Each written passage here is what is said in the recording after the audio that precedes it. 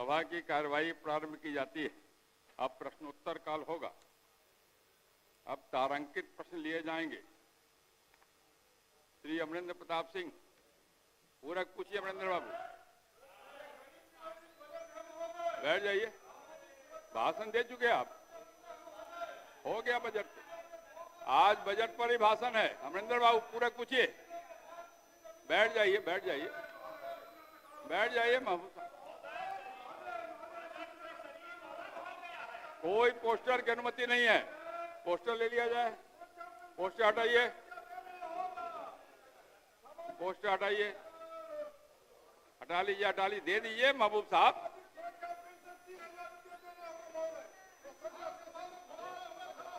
हटा दीजिए, हटा दीजिए पोस्टर।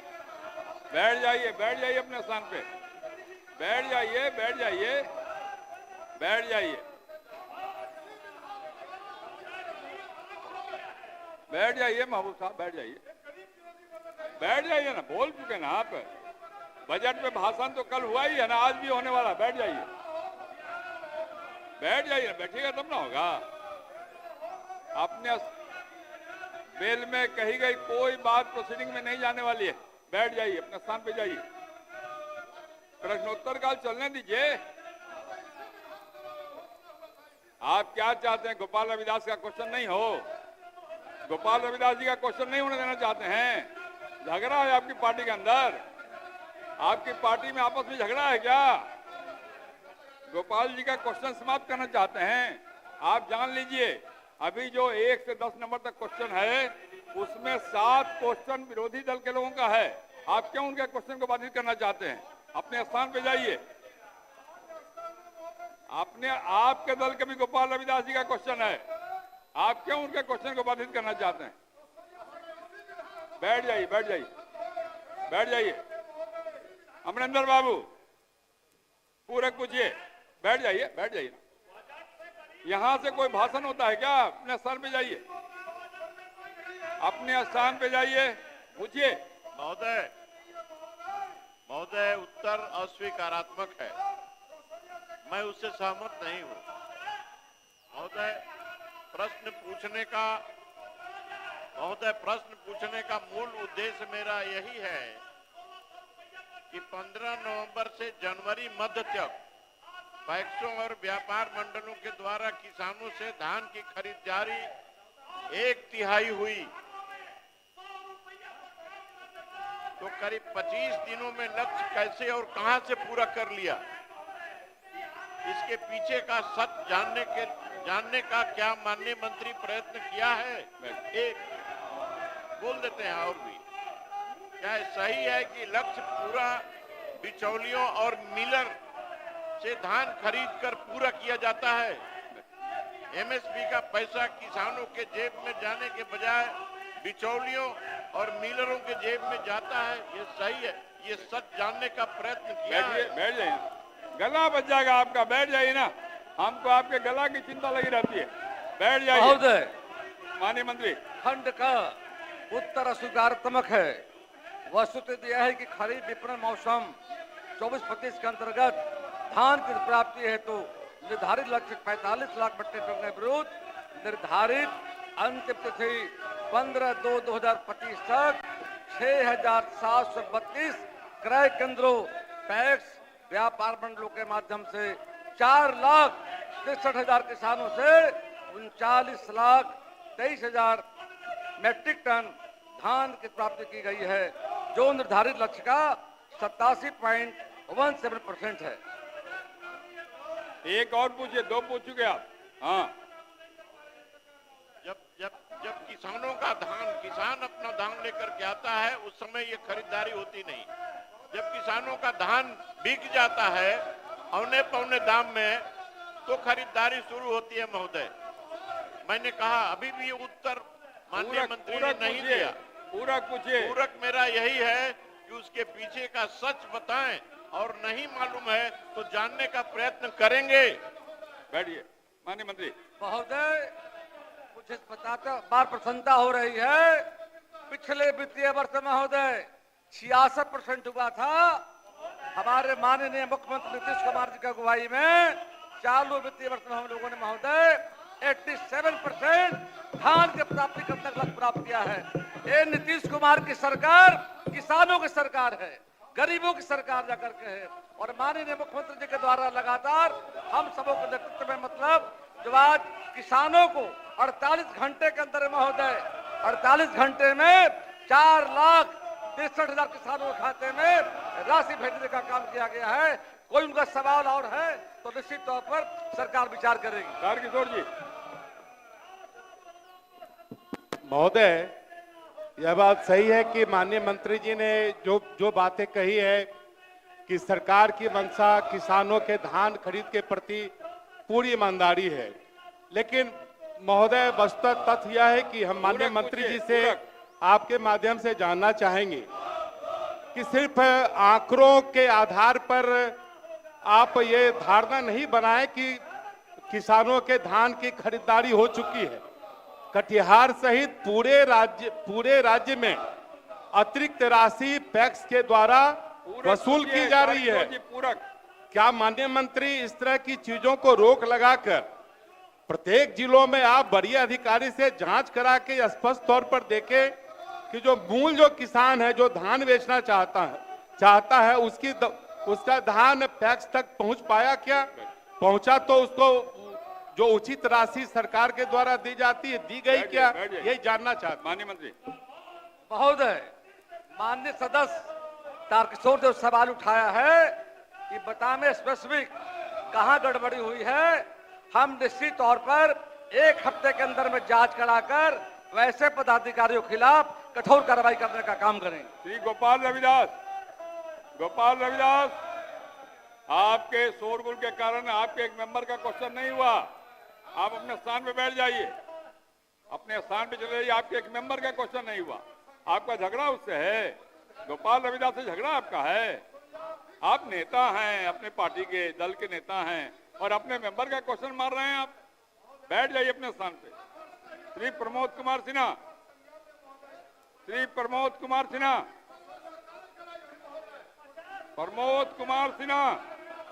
पूरक पूछिए। अध्यक्ष महोदय, रक्सौल एक महत्वपूर्ण अंतर्राष्ट्रीय शहर है। मैं मंत्री माइक पर बोलिए, माइक पर। मैं माननीय मंत्री से रिक्वेस्ट करूंगा कि वह पर्यटकीय दृष्टिकोण से भी बहुत एक शहर है, वहाँ से रक्सौल वासी सर पर्यटक नहीं होने से केवल रोड पर टहलते हैं, इसीलिए वहाँ पर जितना जल्द हो सके वहाँ पार्क बनाने की शुरुआत किया जाए। सर माननीय मंत्री,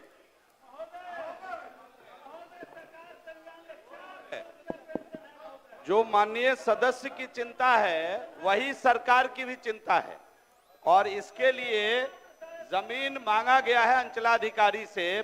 दूसरे महीने 28/2/25 को पत्रांक 115 के द्वारा अंचलाधिकारी से जमीन मांगा गया है। जमीन मुहैया होते ही एक अन्य विस्तृत पार्क बनाने की योजना विभाग की है। हम माननीय सदस्य से आग्रह करेंगे कि ये भी वहां थोड़ा सहयोग करके जल्दी ये जमीन हस्तांतरण की प्रक्रिया करवा लें तो हम तुरंत इस प्रक्रिया को पूरा करेंगे। हो गया। बहुत धन्यवाद मंत्री जी। श्री अजय यादव,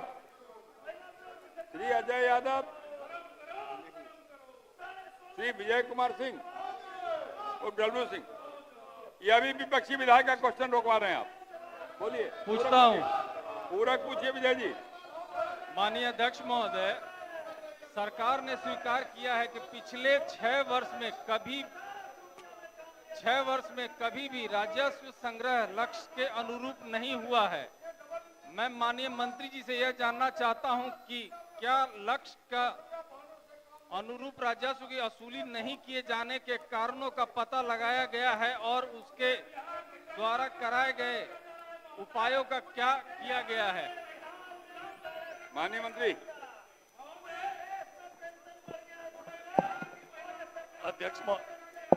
अध्यक्ष महोदय, मैंने विस्तृत जवाब दिया है और मैंने बताया है इनका जो है था कि 600 करोड़ के विरुद्ध जो है 296 करोड़ ही वसूली हुई है।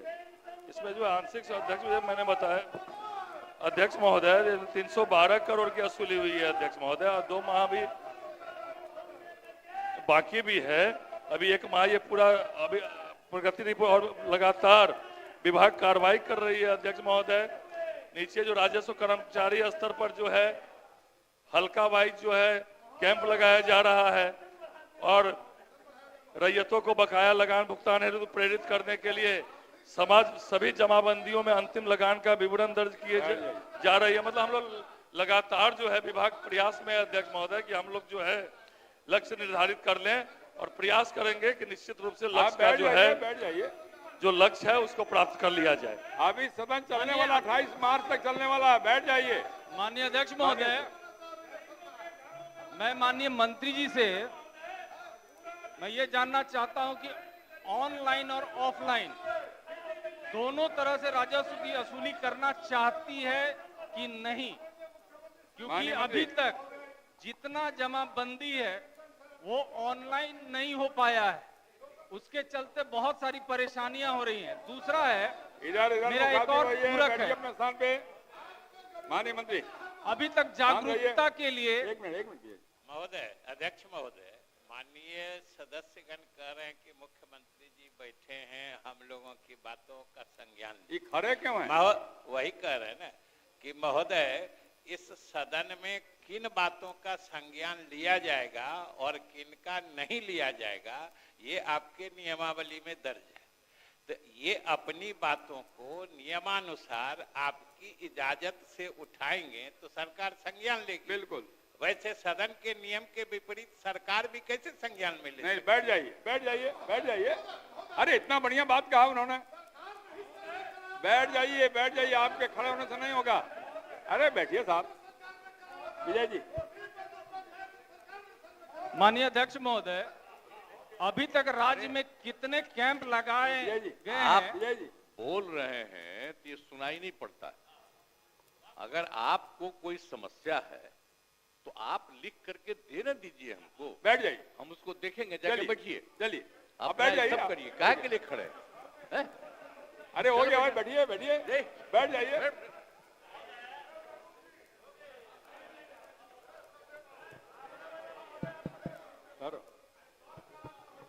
महबूब साहब, बैठिए, बैठिए आप। महबूब साहब, आपको देख के कभी कभी जब आप करते हैं तो मुझे एक बात ध्यान में आता है, अगर आपके नाम के आगे को पाई और खींच देते, महबूबा हो जाता तो 3 तलाक आपको मिल जाता, जितना आप लड़ाई करते हैं, झगड़ा करते हैं। बोलिए,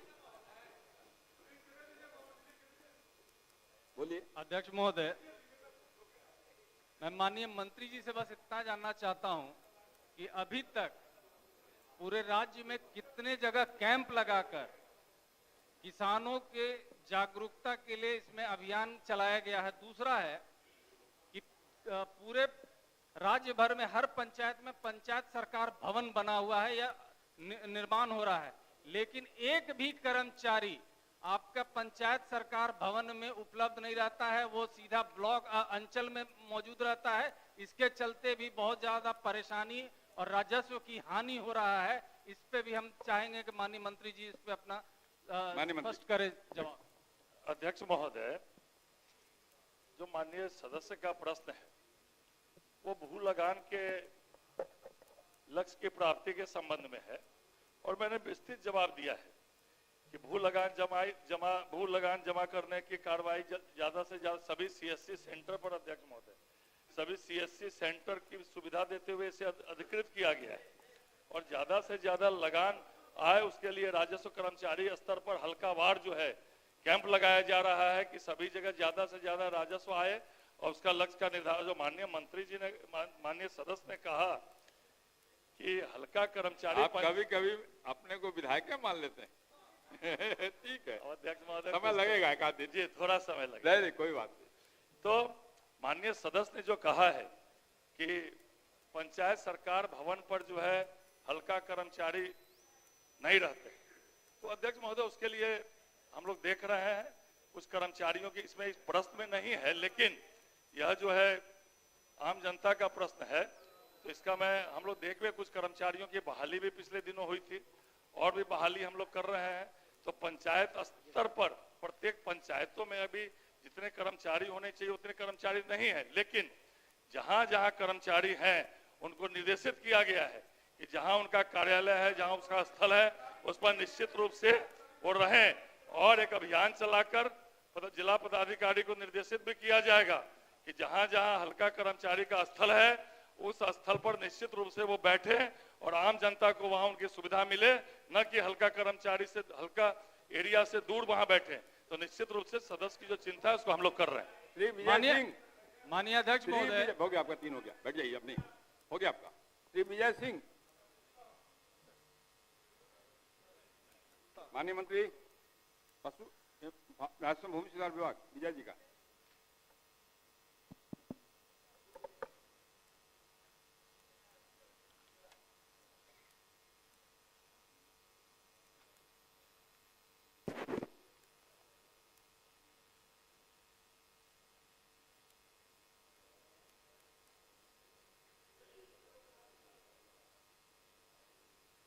ये अध्यक्ष महोदय, विजय सिंह जी बरारी का है, गंगा नदी के कटाव से पीड़ित परिवार पुरवड़िया चौक से खाड़ा घोड़ा तक।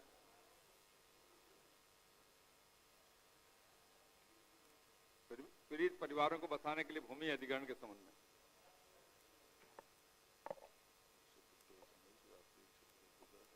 ये हस्तांतरित है अध्यक्ष महोदय, आपदा प्रबंधन विभाग को यह हस्तांतरित किया गया है। ट्रांसफर हुआ है, अभी जवाब आएगा आपका, आपका जवाब आएगा। श्री छत्रपति यादव, पूरक पूछिए छत्रपति जी। अध्यक्ष महोदय, हमने जो प्रश्न किया उसका जवाब सही से नहीं आया है। अभी बार बार ऐसे ही लगातार 3 साल हो रही है। हमने कहा कि जो रसोग पंचायत मारर उत्तरी मारर दक्षिणी में एक पशुपालन अस्पताल की स्थापना करना है जहां पशु का संख्या अधिक है।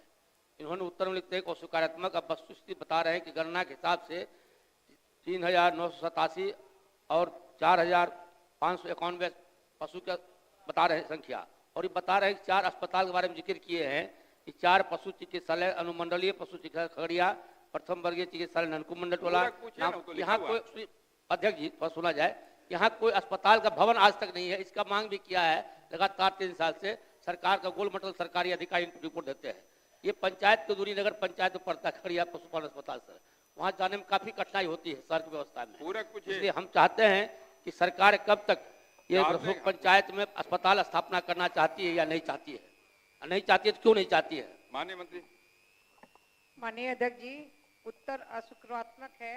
वस्तु स्थिति यह है कि खगड़िया प्रखंड के अंतर्गत रक्सौल पंचायत 20वीं जनगणना के अनुसार पशुओं की संख्या 3,987 एवं माडर दक्षिणी में, माडर उत्तर में पशुओं की संख्या जो है वो 4,591 है। और खगड़िया प्रखंड के अंतर्गत कुल 26 पंचायत हैं। उसके पूर्व में ही 4 पशु चिकित्सालय क्रमशः अनुमंडलीय पशु चिकित्सालय है, खगड़िया प्रथम वर्गीय पशु चिकित्सालय है, ननकू मंडल टोला में भी पशु चिकित्सालय है, रामनगर मठ एवं बेला पूर्व से संचालित है। अनुमंडलीय पशु चिकित्सालय खगड़िया रसकौल पंचायत की दूरी लगभग 6 किलोमीटर है एवं माडर दक्षिण तथा माडर उत्तर की दूरी लगभग 5 है। अतः विभागीय मानक के अनुसार 10 किलोमीटर के भीतर ही 10 किलोमीटर के बाद ही कोई भी नया निर्माण होता है। लेकिन माननीय सदस्य की चिंता, लेकिन 5 किलोमीटर मात्र है और 4 वहाँ ऑलरेडी पहले से चल रहा है अस्पताल, जबकि वो प्रथम वर्गीय चिकित्सक भी है। अतः इस मानक के अनुसार नए पशु चिकित्सालय का निर्माण विचाराधीन नहीं है। अध्यक्ष महोदय, ये सरकारी रिपोर्ट है। जिस पंचायत का एक मिनट अध्यक्ष जी समझिए, ग्रामीण स्थिति को समझिए।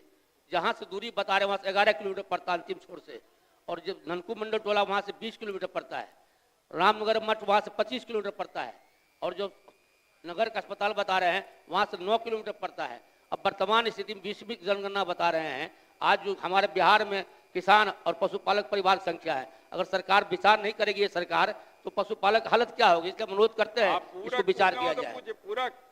पूरक है कि अस्पताल बनाया जाए, तो बताया उन्होंने कि इस पर विचार, मानक नहीं देखा जाए, वर्तमान समय की परिस्थिति देखा जाए, 20वीं जनगणना नहीं देखा जाए। चल के सरकारी रिपोर्ट का एक कमेटी बना के जांच करवा लीजिए, अगर गलत होगा तो अस्पताल नहीं बनाया जाए, जांच के बाद बनता बनाया जाए। ये मांग आपसे हमारी है। फिर से एक बार दिखवा लीजिए। ठीक है अध्यक्ष जी, दिखा देंगे। और सबसे बड़ी बात है माननीय अध्यक्ष जी, खगड़िया में आप कहाँ हैं? कहाँ मधुबनी, कहाँ खगड़िया? बैठिए। श्री दिलीप राय, जनरल नहीं, महोदय पूछता हूँ। ये पर्टिकुलर एक प्रखंड का है। दिलीप राय, महोदय पूछता हूँ। पूरक पूछिए। महोदय, रूनी सैदपुर प्रखंड के भरता पंचायत में माइक पर बोलिए दिलीप जी, माइक पर। रूनी सैदपुर प्रखंड के बरहत्ता पंचायत में पैस का गोदाम नहीं है, जिसके कारण अनाज एवं खाद्य आदि के रख रखाव में काफी परेशान होता है। सरकार से हम जानना चाहते हैं कि गोदाम का निर्माण कब तक कराएगी, समय समय बता दिया जाए। माननीय मंत्री सहकारिता विभाग। महोदय, उत्तर स्वीकारात्मक है। यह बात सही है कि सीतामढ़ी जिला अंतर्गत रूनी सैदपुर प्रखंड के बरहेता पंचायत में पैक्स का गोदाम नहीं है। अध्यक्ष बरहेता पैक्स प्रखंड रूनी सैदपुर से अभय कुमार सिंह द्वारा दिनांक 9/2025 को अपने आवेदन के साथ प्रबंध कारिणी की बैठक दिनांक 25/12/24 में पारित प्रस्ताव के प्रति संकलन करते हुए पैक्स में 1000 मीट्रिक टन गोदाम निर्माण की मांग की गई है। अध्यक्ष बरहेता पैक्स से प्राप्त आवेदन एवं प्रस्ताव के आलोक में कार्यालय जिला सहकारिता पदाधिकारी सीतामढ़ी के पत्रांक 72 दिनांक 11/1/25 द्वारा अंचलाधिकारी रूनी सैदपुर से 1000 मीट्रिक टन गोदाम निर्माण के लिए 30 डिसमिल सरकारी भूमि की मांग की गई है। अंचलाधिकारी रूनी सैदपुर से सरकारी भूमि उपलब्ध होने अथवा सरकारी भूमि उपलब्ध नहीं होने की स्थिति में लीज की भूमि समिति द्वारा उपलब्ध कराने पर पैक्स के लिए गोदाम निर्माण हेतु कार्रवाई की जाएगी। ठीक, सकारात्मक जवाब है। श्री हरिभूषण ठाकुर, पूरक पूछिए। बिचौल जी। अध्यक्ष जी, आपके माध्यम से मैं पूछना चाहता हूं कि जमाबंदी में 10 के जगह 19 लिखा गया है और उसको जो 1 सेकंड में उसको ठीक कर दिया जा सकता है, उसके लिए समय लिया गया है 30 दिन। मैं आपके माध्यम से पूछना चाहता हूं कि किसानों के समस्या के समाधान के लिए इसको सरकार या मंत्री जी अविलंब ठीक करवा दें। माननीय मंत्री। अध्यक्ष महोदय, बड़ी मार्जिन प्लस पोर्टल से ई जमाबंदी मॉड्यूल के तहत जो है प्रश्नगत त्रुटियों का सुधार अंचल स्तर से की जा रहा है। मैंने बात भी किया है, दूरभाष से भी मेरे सामने मेरे विभाग के अधिकारी बात किए हैं, तो वो 30 दिन लिख दिया गया है। जितना जल्द होगा शीघ्र अतिशीघ्र इसको करा दिया जाएगा। टेक्निकल चीज है बिचौल जी, और मैंने तो एकदम तकनीकी सकारात्मक। हाँ, तक किसानों को कोई कठिनाई नहीं हो, वहाँ के किसानों को। हाँ, चिंता करेंगे मंत्री जी। जी जी। श्री छोटेलाल राय।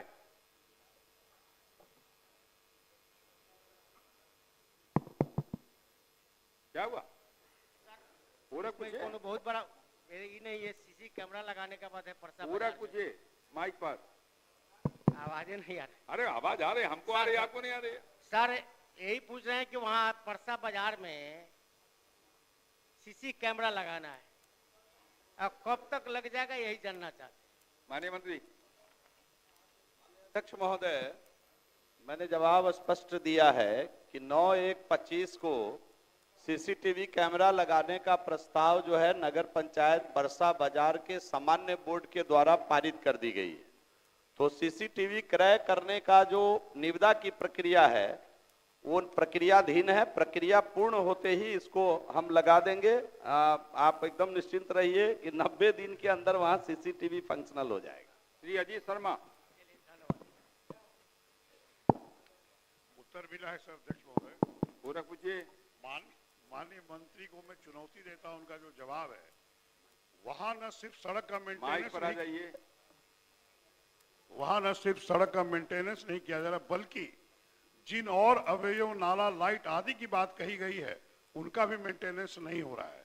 मैं मंत्री से आग्रह करूंगा कि इसको आप जांच करा के देखें। जो मैंने बात उठाई है और आपको जवाब आप दिए वो सही नहीं है, और अगर मंत्री जी नहीं करते तो अध्यक्ष महोदय से मैं मांग करता हूं इस मामले की जांच सदन की विशेष समिति बनाकर कराई जाए। जवाब तो दूध का दूध और पानी का पानी। मंत्री जी का जवाब तो सुनिए। माननीय मंत्री। अध्यक्ष महोदय, माननीय सदस्य अधीर न हो, सरकार काम कर रही है और आपकी जो अपेक्षा है, अगर आपके पास कोई स्पेसिफिक उदाहरण है जहां ये मेंटेनेंस का काम नहीं हो रहा है, क्योंकि मेरे पास सारे फोटोग्राफ्स हैं इसके कि मेंटेनेंस का काम हो रहा है, लेकिन अगर किसी ने गलत जानकारी दी है, मेंटेनेंस का काम अगर नहीं हो रहा है, माननीय सदस्य काफी सीनियर सदस्य हैं और शहर की चिंता कर रहे हैं, तो अगर कोई भी जानकारी इससे संबंधित हो, किसी ने गलत जानकारी अगर दी होगी तो हम उस पर कार्रवाई भी करेंगे और जो यथोचित कार्रवाई है आगे मेंटेनेंस के लिए वो भी यथाशीघ्र प्रारंभ करें। ठीक है। श्री नारायण प्रसाद। अध्यक्ष महोदय, अरे आपका जवाब पूरा हो गया। अध्यक्ष महोदय, उन्होंने कहा कि गलत जानकारी जो दिया होगा, हम कह रहे हैं कि वहाँ सड़क का मेंटेनेंस नहीं हो रहा है। मैं उसी शहर से विधायक हूँ और वहीं रहता हूँ, इसलिए माननीय मंत्री जी उसको सही ढंग से जांच कराइए, और नहीं तो हम तो आग्रह किए अध्यक्ष महोदय से समिति बना के जांच कराइए। अध्यक्ष महोदय, मुझे ऐसा लग रहा है कि माननीय सदस्य अजीत शर्मा जी का विभाग जो काम करेगी उस पर कम भरोसा और समिति की जांच पर ज्यादा फोकस कर रहे हैं। अध्यक्ष महोदय, मैं प्रमाण के तौर पर सारे फोटोग्राफ्स लाया हूं कि मेंटेनेंस हो रहा है। इसके बावजूद मैंने सदस्य को आश्वस्त किया कि आपके पास कोई स्पेसिफिक जानकारी हो, किसी जगह शहर का कोई कोना छूटा हुआ हो, तो आप शहर के जिम्मेदार प्रतिनिधि हैं, वहां के विधायक हैं, आपकी मान भी रखी जाएगी और हम विभाग के द्वारा हर हालत में वहां काम करेंगे। आप निश्चिंत रहिए। धन्यवाद।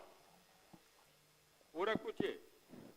अध्यक्ष महोदय, जहां प्रश्न है कि कभी कभी जब हमारे प्रधानमंत्री आते हैं तो उसका सफाई किया जाता है, हवाई अड्डा से लेकर डीएम ऑफिस तक पूरा रोड जाम रहता है, जबकि 8 किलोमीटर में हम लोग चलते हैं तो 8 मिनट लगता है और 2 किलोमीटर चलने में 30 मिनट लगता है। इसलिए परमानेंट उसका कोई निदान होना चाहिए ताकि अतिक्रमण करने वाले व्यक्ति फिर दोबारा वहां नहीं लगा ले, या कोई दंड ऐसा होना चाहिए जिससे उनको महसूस हो कि यहाँ अतिक्रमण नहीं किया जा सकता। माननीय मंत्री नगर विकास। महोदय, एक बार अतिक्रमण मुक्त कर देने के बाद अगर दोबारा अतिक्रमणकारियों के द्वारा अतिक्रमण किया जाता है तो उसको दोबारा आर्थिक दंड के साथ उसको अतिक्रमण मुक्त किया जाता है। और यह प्रक्रिया माननीय सदस्य ने जो सवाल किया है वहां किया गया है और हम उसका अस्थायी समाधान ढूंढ रहे हैं। हमने वहां वेंडिंग जोन बनाने के लिए जगह मांगा है, रोजी रोटी लोगों का चल रहा है, गरीब लोग हैं जो शहर के किनारे अपना रोजी रोटी चला रहे हैं, तो मैं अस्थायी समाधान के लिए वहां के अंचलाधिकारी से इसके लिए जमीन मांगा है। जमीन मिलते ही हमारी पूरी योजना है कि हम वेंडिंग जोन बना करके इन सभी दुकानदारों को वहां शिफ्ट करेंगे ताकि माननीय सदस्य और नगर वासियों को वहां किसी प्रकार की कोई कठिनाई न हो। श्री राजवंशी महतो।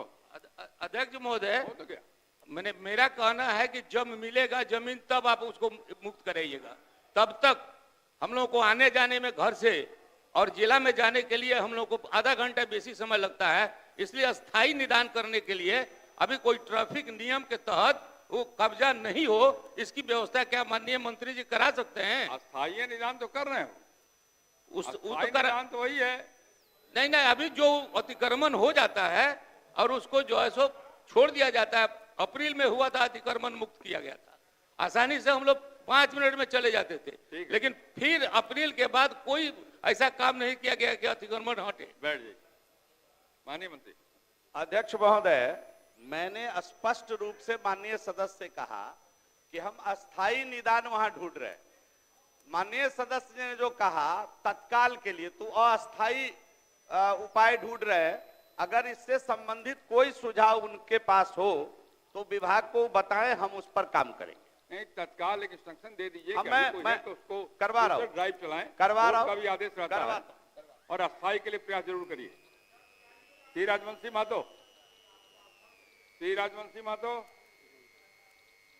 श्री राम प्रवेश राय। पूरक पूछिए राम प्रवेश जी। ये अध्यक्ष महोदय, जवाब नहीं निकाल पाए हैं, मंत्री से आग्रह है जरा जवाब पढ़ दें। देखे नहीं होंगे आप। माननीय मंत्री जी। अध्यक्ष महोदय, खंड क का उत्तर आंशिक स्वीकारात्मक है। नगर परिषद बरौली, जिला गोपालगंज अंतर्गत ऑटो, ई रिक्शा तथा बस पड़ाव हेतु कार्यालय पत्रांक 94 दिनांक 2/2/19 द्वारा अंचलाधिकारी बरौली से भूमि उपलब्ध कराने का अनुरोध किया गया था। अंचलाधिकारी बरौली के पत्रांक 138 दिनांक 9/2/19 द्वारा सरकारी भूमि चिन्हित कर प्रतिवेदन किया गया, जिसकी विवरणी निम्न है। भरकुइया, थाना नंबर 423, खाता संख्या 393, खेसरा 2701, रकबा 28 डिसमिल, गैर मजरुआ, मालिक प्रति कदीम। दूसरा जमीन है भरकुइया, थाना नंबर 423, खाता संख्या 104, खेसरा 2700, 1 एकड़ 96 डिसमिल गैर मजरुआ मालिक प्रति कदीम। उक्त भूमि पर स्थानीय नागरिक द्वारा पूर्व से ही व्यवहार न्यायालय में हकीकत बात संख्या 44/1988 एवं 393/2004 दायर किया गया है, जो अभी विचाराधीन है। कार्यालय पत्रांक 592 दिनांक 10/7/24 एवं 1114 दिनांक 18/10/24 द्वारा अंचलाधिकारी बड़ौली से पुनः बस स्टैंड निर्माण हेतु भूमि उपलब्ध कराने का अनुरोध किया गया है। अंचलाधिकारी बड़ौली के पत्रांक 2060 दिनांक 16/12/24 द्वारा नई भूमि चिन्हित कर प्रतिवेदन किया गया है। कार्यपालक पदाधिकारी नगर परिषद बरौली के पत्रांक 375 दिनांक 3/3/25 द्वारा अंचलाधिकारी को भूमि हस्तांतरित करने हेतु स्मारित किया गया है एवं अंचलाधिकारी से समन्वय भी किया जा रहा है। भूमि उपलब्ध होते ही निर्माण कार्य प्रारंभ कर दिया जाएगा।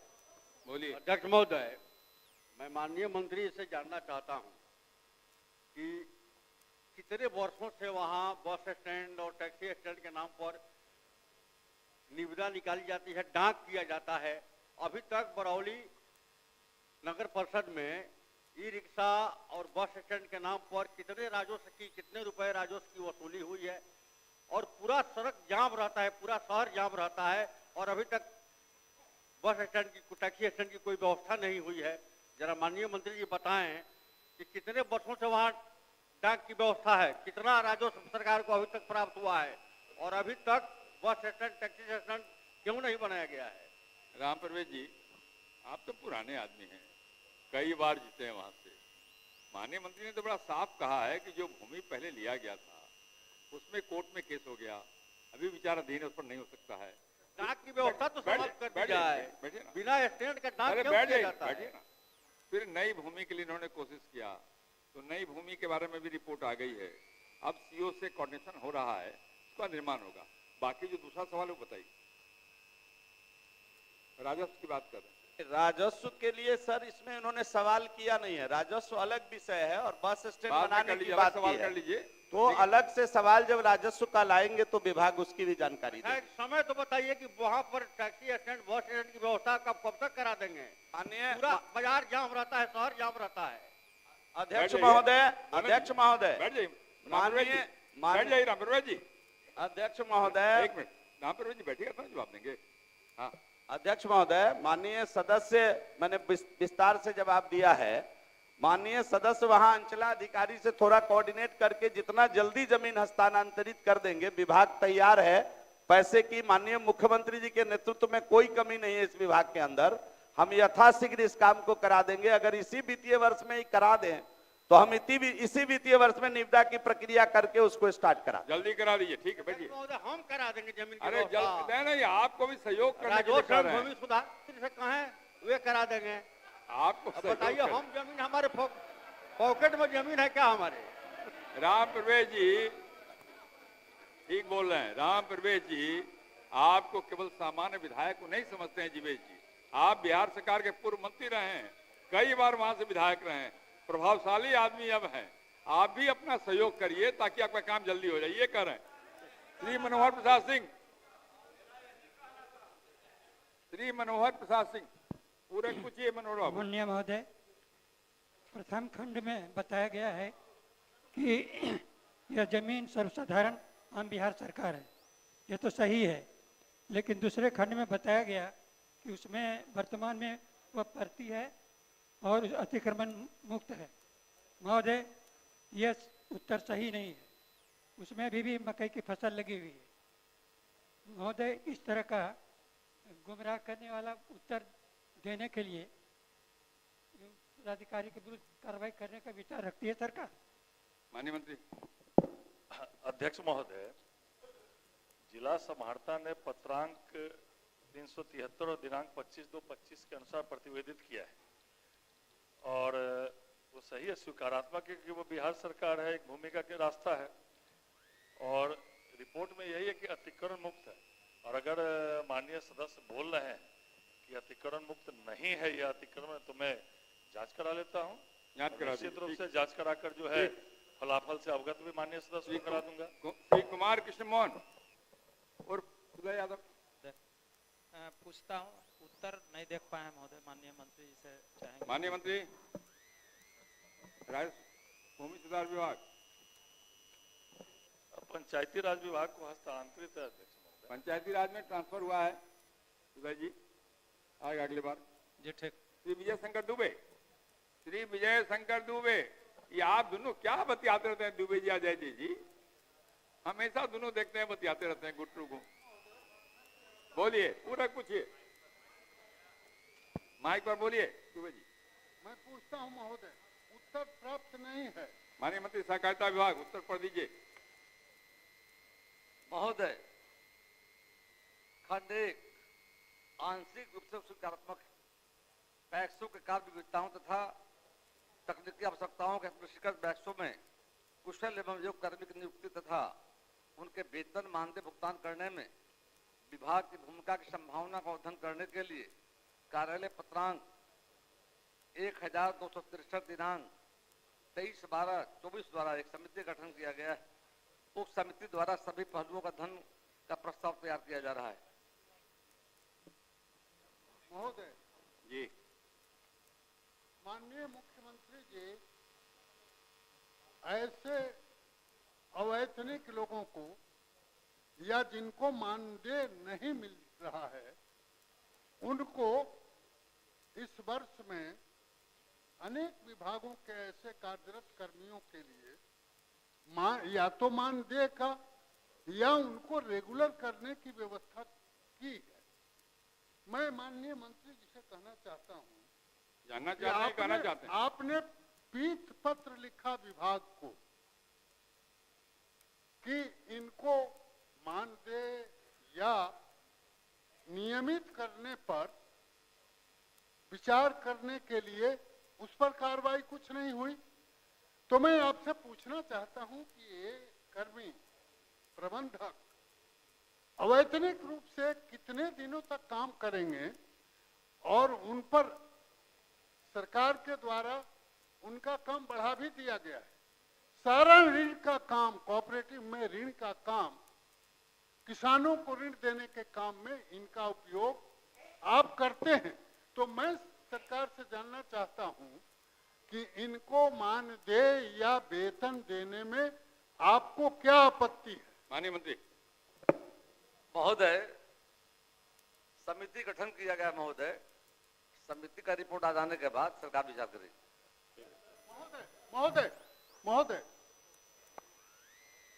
ये प्रश्न में ही मैंने दिया है कि ऐसे तो पत्र जारी किया कई बार विभाग ने कहा और कोई कार्रवाई सरकार नहीं करती है। आपके नियत क्या है? आपका नियत उन कर्मियों के प्रति उदार नहीं है, करना नहीं चाहते हैं? आप स्पष्ट बताएं कि उन पर मानदेय या उनको नियमित करने पर सरकार को विचार करने में क्या आपत्ति है? सरकार तो विचार करने के लिए कर रही है महोदय। रिपोर्ट आएगा तो विचार करेंगे महोदय, एक मिनट हरी बैठ जाइए, बोलिए अजय। माननीय मंत्री जी से सिर्फ इतना जानना चाहता हूं कि माननीय मंत्री जी ने बताया कि एक समिति का गठन हमने कर दिया है। वो समिति का रिपोर्ट कब आएगी? वो कितने दिनों में जिसकी मांग माननीय सदस्य कर रहे थे उनको मानदेय या उनको वेतन? मैं कहना चाहता हूं कि जब आप तमाम जो संविदा पर थे उनको अभी आपने किया है, जो जूनियर इंजीनियर था उनको आप वेतन उनको रेगुलर कर दिया है। अजय जी तो कहिए, मत पूछिए। मैं पूछना चाहता हूं तो क्या आप उनको कितने दिनों के अंदर तमाम प्रक्रिया पूरा करके आप इसको लागू करेंगे? माननीय मंत्री महोदय, रिपोर्ट आने के मेरा प्रयास होगा महोदय। 3 महीने के अंदर में रिपोर्ट प्राप्त करने के बाद सरकार अविलंब कार्रवाई करेगी। श्री यूसुफ सलाहुद्दीन, पूरक पूछिए। सलाहुद्दीन साहब। जी अध्यक्ष महोदय, हम पूरक पूछना चाहेंगे।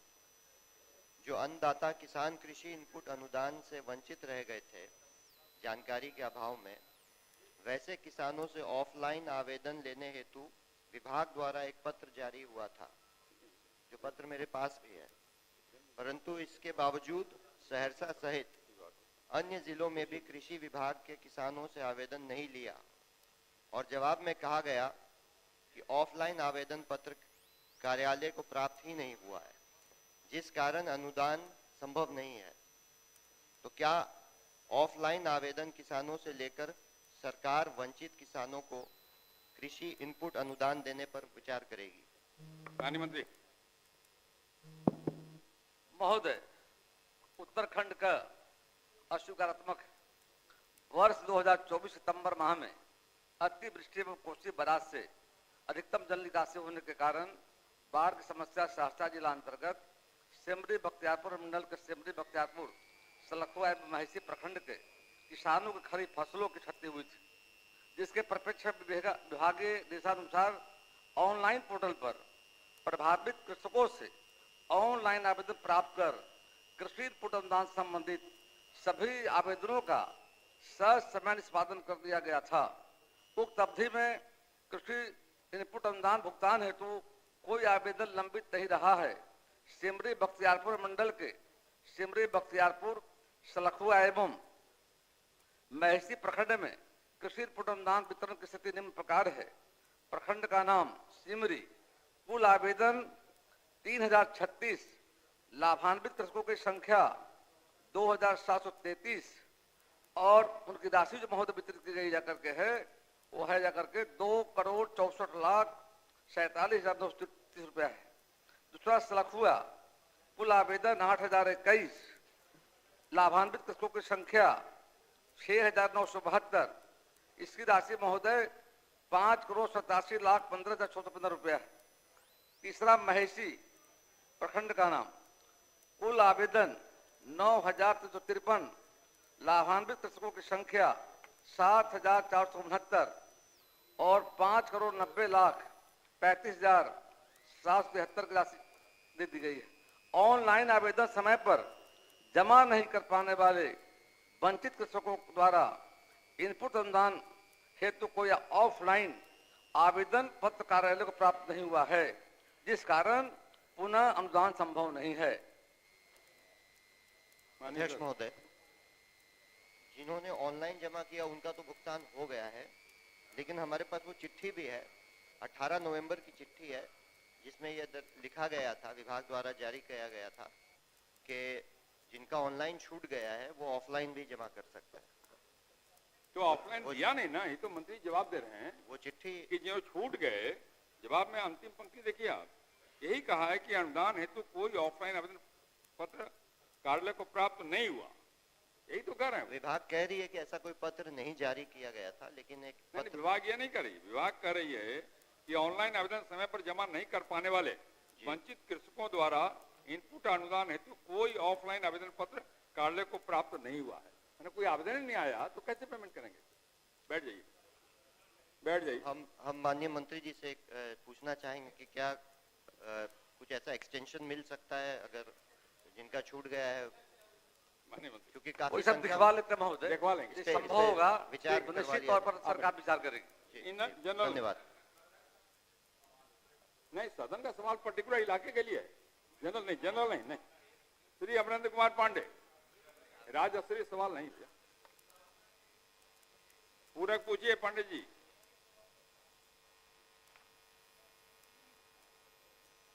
हेलो अध्यक्ष महोदय, पंचदेवरी प्रखंड के पशुपालकों को पशु चिकित्सालय नहीं होने से प्रखंड मुख्यालय से 45 किलोमीटर की दूरी तय कर जिला मुख्यालय इलाज कराने जाना पड़ता है।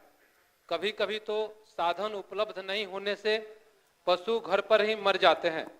तो अध्यक्ष महोदय, मैं माननीय मंत्री जी से जानना चाहता हूं कि पशु पंचदेवरी में चिकित्सालय हो जाने से पशुओं को काफी सुविधा मिलेगी, कब तक बनवाने की कृपा प्रदान करेंगे? माननीय मंत्री। माननीय अध्यक्ष महोदय, प्रखंड पंचदेवरी अंतर्गत सिकटिया खास में पशु चिकित्सालय है। वर्तमान प्रखंड पंचदेवरी के सिकटिया खास के प्रथम वर्गीय पशु चिकित्सालय सिकटिया खास मुख्यालय से अन्य सरकारी भवन में संचालित है। पशु चिकित्सालय सिकटिया खास में पशु चिकित्सक एवं अन्य कर्मचारी प्रस्थापित हैं। पशु चिकित्सक द्वारा माह अप्रैल 24 से जनवरी 25 तक कुल 3075 पशु चिकित्सा कार्य किया गया है। उक्त पशु चिकित्सालय भवन निर्माण के हेतु इन्होंने जो व्यक्त किया है उसके लिए मैं पत्रांक 891 दिनांक 3/3/25 द्वारा जिला पदाधिकारी गोपालगंज में भूमि उपलब्ध कराने हेतु अनुरोध की हूँ। मैं माननीय सदस्य से भी कहना चाहूंगी कि अगर 140 × 120 फीट उपलब्ध करा दें तो निश्चित रूप से अगले वित्तीय वर्ष में इनका चिकित्सा भवन जो है वो बन जाएगा। और दूसरी बात है कि माननीय हम मुख्यमंत्री जी को, माननीय प्रधानमंत्री जी को धन्यवाद देते हैं कि हर प्रखंड में हमारा चलंत पशु चिकित्सालय अभी घूम रहा है। कोई भी 1962 पर अगर फोन करता है तो वो चिकित्सा उनके घर पे चला जाता है, मेरा डॉक्टर जाता है और जाके इलाज करके आ जाता है। माननीय विधायक जी से मेरा अनुरोध है कि आप जमीन में जो हमने पत्र लिखा है डीएम को आप उपलब्ध कराइए, अगले वित्तीय वर्ष में निश्चित रूप से चिकित्सालय बन जाए। उपलब्ध कराने में मदद करिए। ये अध्यक्ष महोदय, जमीन उपलब्ध हम कैसे करवाएंगे? हम उसमें सहयोग कर सकते हैं। सहयोग करने के लिए 120। और जहां तक माननीय मंत्री जी के द्वारा बताया गया कि सिकटिया में चलता है तो इसको मुख्यालय में, प्रखंड मुख्यालय में होने से काफी सुविधा मिलेगी। सबको जानकारी रहता है कि प्रखंड मुख्यालय में यह होना चाहिए। तो मैं माननीय मंत्री से आग्रह करूंगा कि आने वाले समय में आप प्रखंड में ही एक पशु चिकित्सालय बनाने की कृपा करें। ठीक है, ठीक है, आग्रह किया, आग्रह उन्होंने सुना है। श्री अमर कुमार पासवान, श्री अमर कुमार पासवान, श्री विजय कुमार, मुकेश जी पूछिए आप। माननीय अध्यक्ष महोदय, क्या यह बात सही है कि शेखपुरा जिला अंतर्गत अरियरी प्रखंड के एपनी पंचायत के अधीन ग्राम लटकना में है जहां पशु अस्पताल का निर्माण नहीं कराया गया है? पूरे पूछिए महोदय, सुनिए, 1 मिनट तो सुन लिया जाए महोदय। यहाँ इस जो पंचायत में अस्पताल नहीं है वहां पर जमीन उपलब्ध है। माननीय मंत्री जी से आग्रह है कि वहां पे अस्पताल निर्माण करावे ताकि जो पशु का चिकित्सा की व्यवस्था हो वहां पर पूर्ण की जाए। आपका आग्रह सुन लिया माननीय मंत्री जी ने। महोदय, यहाँ पर जमीन उपलब्ध है महोदय। मैं पूछा ही नहीं ना महोदय नहीं, सुनिए मेरी बात ना।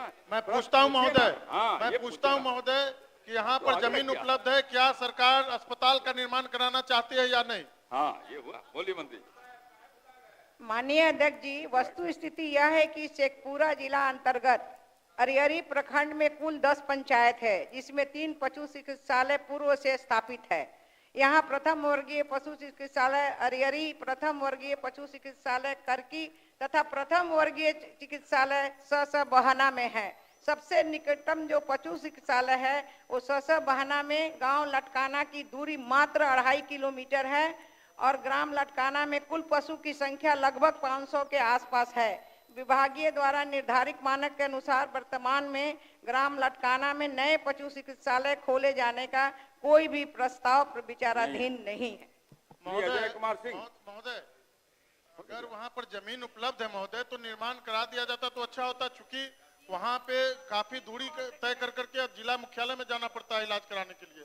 तो अगर विकास का मानक ये 2 तरह का होता है क्या कि जो सत्ता पक्ष के माननीय विधायक हैं उनके लिए हो रहा है कि भूमि उपलब्ध करा दीजिए हम बना देंगे, और क्या विपक्ष के लोग अगर सवाल उठाएंगे तो उसके लिए अलग मानक है कि प्रस्ताव विचाराधीन नहीं है? पूछते भी नहीं, बैठ जाइए। नहीं महोदय, आप पूछ ही नहीं रहे, बैठिए। प्रस्ताव सही नहीं है महोदय।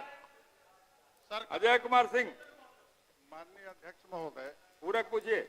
मैं आपके माध्यम से माननीय सदस्य अजय बाबू, आप तो 4 साल हो गया, 4.5 साल, आपको पूछना नहीं चाहिए था। खाली कह रहे हैं, आग्रह करें, सुन लिया आग्रह उन्होंने। बोलिए अजय बाबू। मेरा ये कहना है, खाली बैठे बैठे शोरगुल करने से नहीं होता भाई, प्रोसेस सीखना पड़ता है। मेरा ये कहना है, माननीय राजस्व मंत्री जी से मैंने सवाल उठाया है कि खतियान में अगर बकास्त या किसी रैयत का नाम नहीं है और खेवट में उस रैयत की हिस्सेदारी या खेवट उस बकास्त जमीन में उस रैयत का नाम को डिफाइन करता है तो वो खेवट का महत्व क्या होगा, मैंने ये पूछा। लेकिन जवाब में आया है कि बिहार भूमि सुधार अधिनियम 1950 की धारा 5, 6, 7 जिसका खेवट और खतियान से कोई मतलब नहीं है, गैर मजरूआ मालिक एवं बकास्त भूमि रैयतों के निष्पादन के लिए तो राज्य सरकार का संकल्प है। आप पूछते क्या मैं ये पूछना चाहता हूँ कि खतियान में बकास्त है, लेकिन खेवट में उस रैयत को काबिज किया, खेवट ने काबिज कर दिया है, तो वह जमीन खेवट वाले रैयत की ही होगी। मैं ये राजस्व मंत्री जी से जानना चाहता हूँ। माननीय मंत्री। अध्यक्ष महोदय, जवाब तो सकारात्मक है, लेकिन माननीय सदस्य ने जो प्रश्न किया है वह प्रश्न खेवट दस्तावेज से संबंध में उन्होंने प्रश्न किया है कि उन्होंने पूछा अध्यक्ष महोदय कि बकास्त है उसके सरकार की जमीन मानी जाती है, सही में वो बकास्त सरकार की ही जमीन हुई। और इनका यह प्रश्न है कि खेवट दस्तावेज में रैयत घोषित हो तो भूमि खेवट के अनुसार रैयत की होती है। इस संबंध में विभाग का यह कहना है अध्यक्ष महोदय कि जहां तक वैसी भूमि जिसके खेवट दस्तावेज में रैयत का नाम घोषित हो, वैसे भूमि को रैयती माने जाने का प्रश्न है, तो उन भूमि के संबंध में है जब जमींदारी के अंतर्गत पड़ने वाले जमीनों का एवं रैयतों के लगान वसूलों का, मतलब लगान वसूली का विवरण जब दर्ज होता है तभी जो है वो रैयत की मानी जाएगी। तो उस समय जो जमींदारी था अध्यक्ष महोदय, जब जमींदारी खत्म हुई तो जो भूमि रह गई उसमें जमींदारों ने जो है विवरणी दर्ज की, और विवरणी दर्ज करने के बाद जो है जो लगान वसूली जिसकी होनी प्रारंभ हो गई उसको खेवट कहा जाता है। अगर लगान वसूली प्रारंभ हो गई तब उस पर जो है विभाग का दिशा निर्देश भी है। माननीय अध्यक्ष महोदय, माननीय मंत्री जी को खेवट और खतियान दोनों की ठीक से जानकारी नहीं। हाईकोर्ट ने कहा है, हाईकोर्ट का ये फैसला है कि अगर गलती से रैयत का नाम खतियान में छूट गया है और खेवट में उसका नाम दर्ज है तो वह जमीन खेवट में दर्ज रैयत की होगी।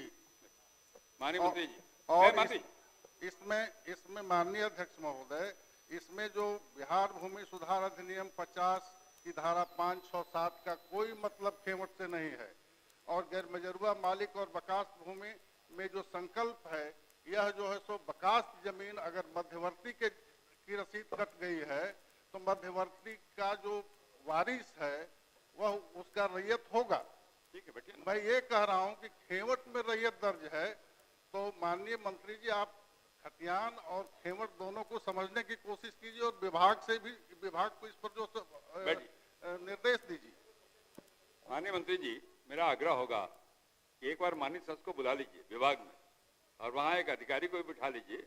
ये जो रैयत है खेवट हमें को समझ में नहीं आ रहा, तो बैठा करके विषय पूरा विषय को समझ लीजिए और समझ करके निदान करा दीजिए। ठीक है? हाँ, इसलिए तो मैं कह रहा हूँ, ठीक अध्यक्ष महोदय, इसलिए मैं कह रहा हूँ कि पूरा विषय ठीक से समझ लीजिए और उसका निदान करा दीजिए। और क्या कर रहा हूँ? श्री अख्तरुल ईमान,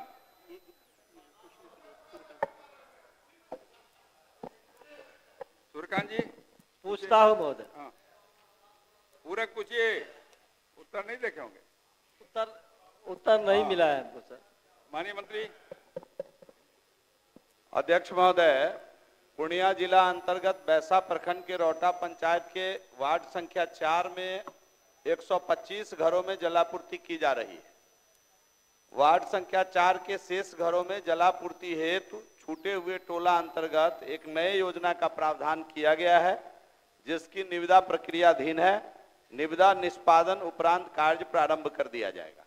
हो गया महोदय, मेरा प्रश्न है, रौटा पंचायत के वार्ड नंबर 4 में पेयजल की आपूर्ति पिछले 6 महीने से बाधित है तथा इस संबंध में स्थानीय अधिकारियों के द्वारा ग्रामीणों के द्वारा बार-बार शिकायत करने पर महोदय पेयजल की व्यवस्था नहीं की गई है। मैं मंत्री महोदय से जानना चाहता हूं, क्या वैसे पदाधिकारी पर कार्रवाई करने की विचार रखते हैं? माननीय मंत्री। निश्चित रूप से सर, अगर कोई भी अधिकारी दोषी पाए जाएंगे इस प्रक्रिया को डिले करने में, उन पर सरकार कार्रवाई करेगी। श्री अवध बिहारी चौधरी।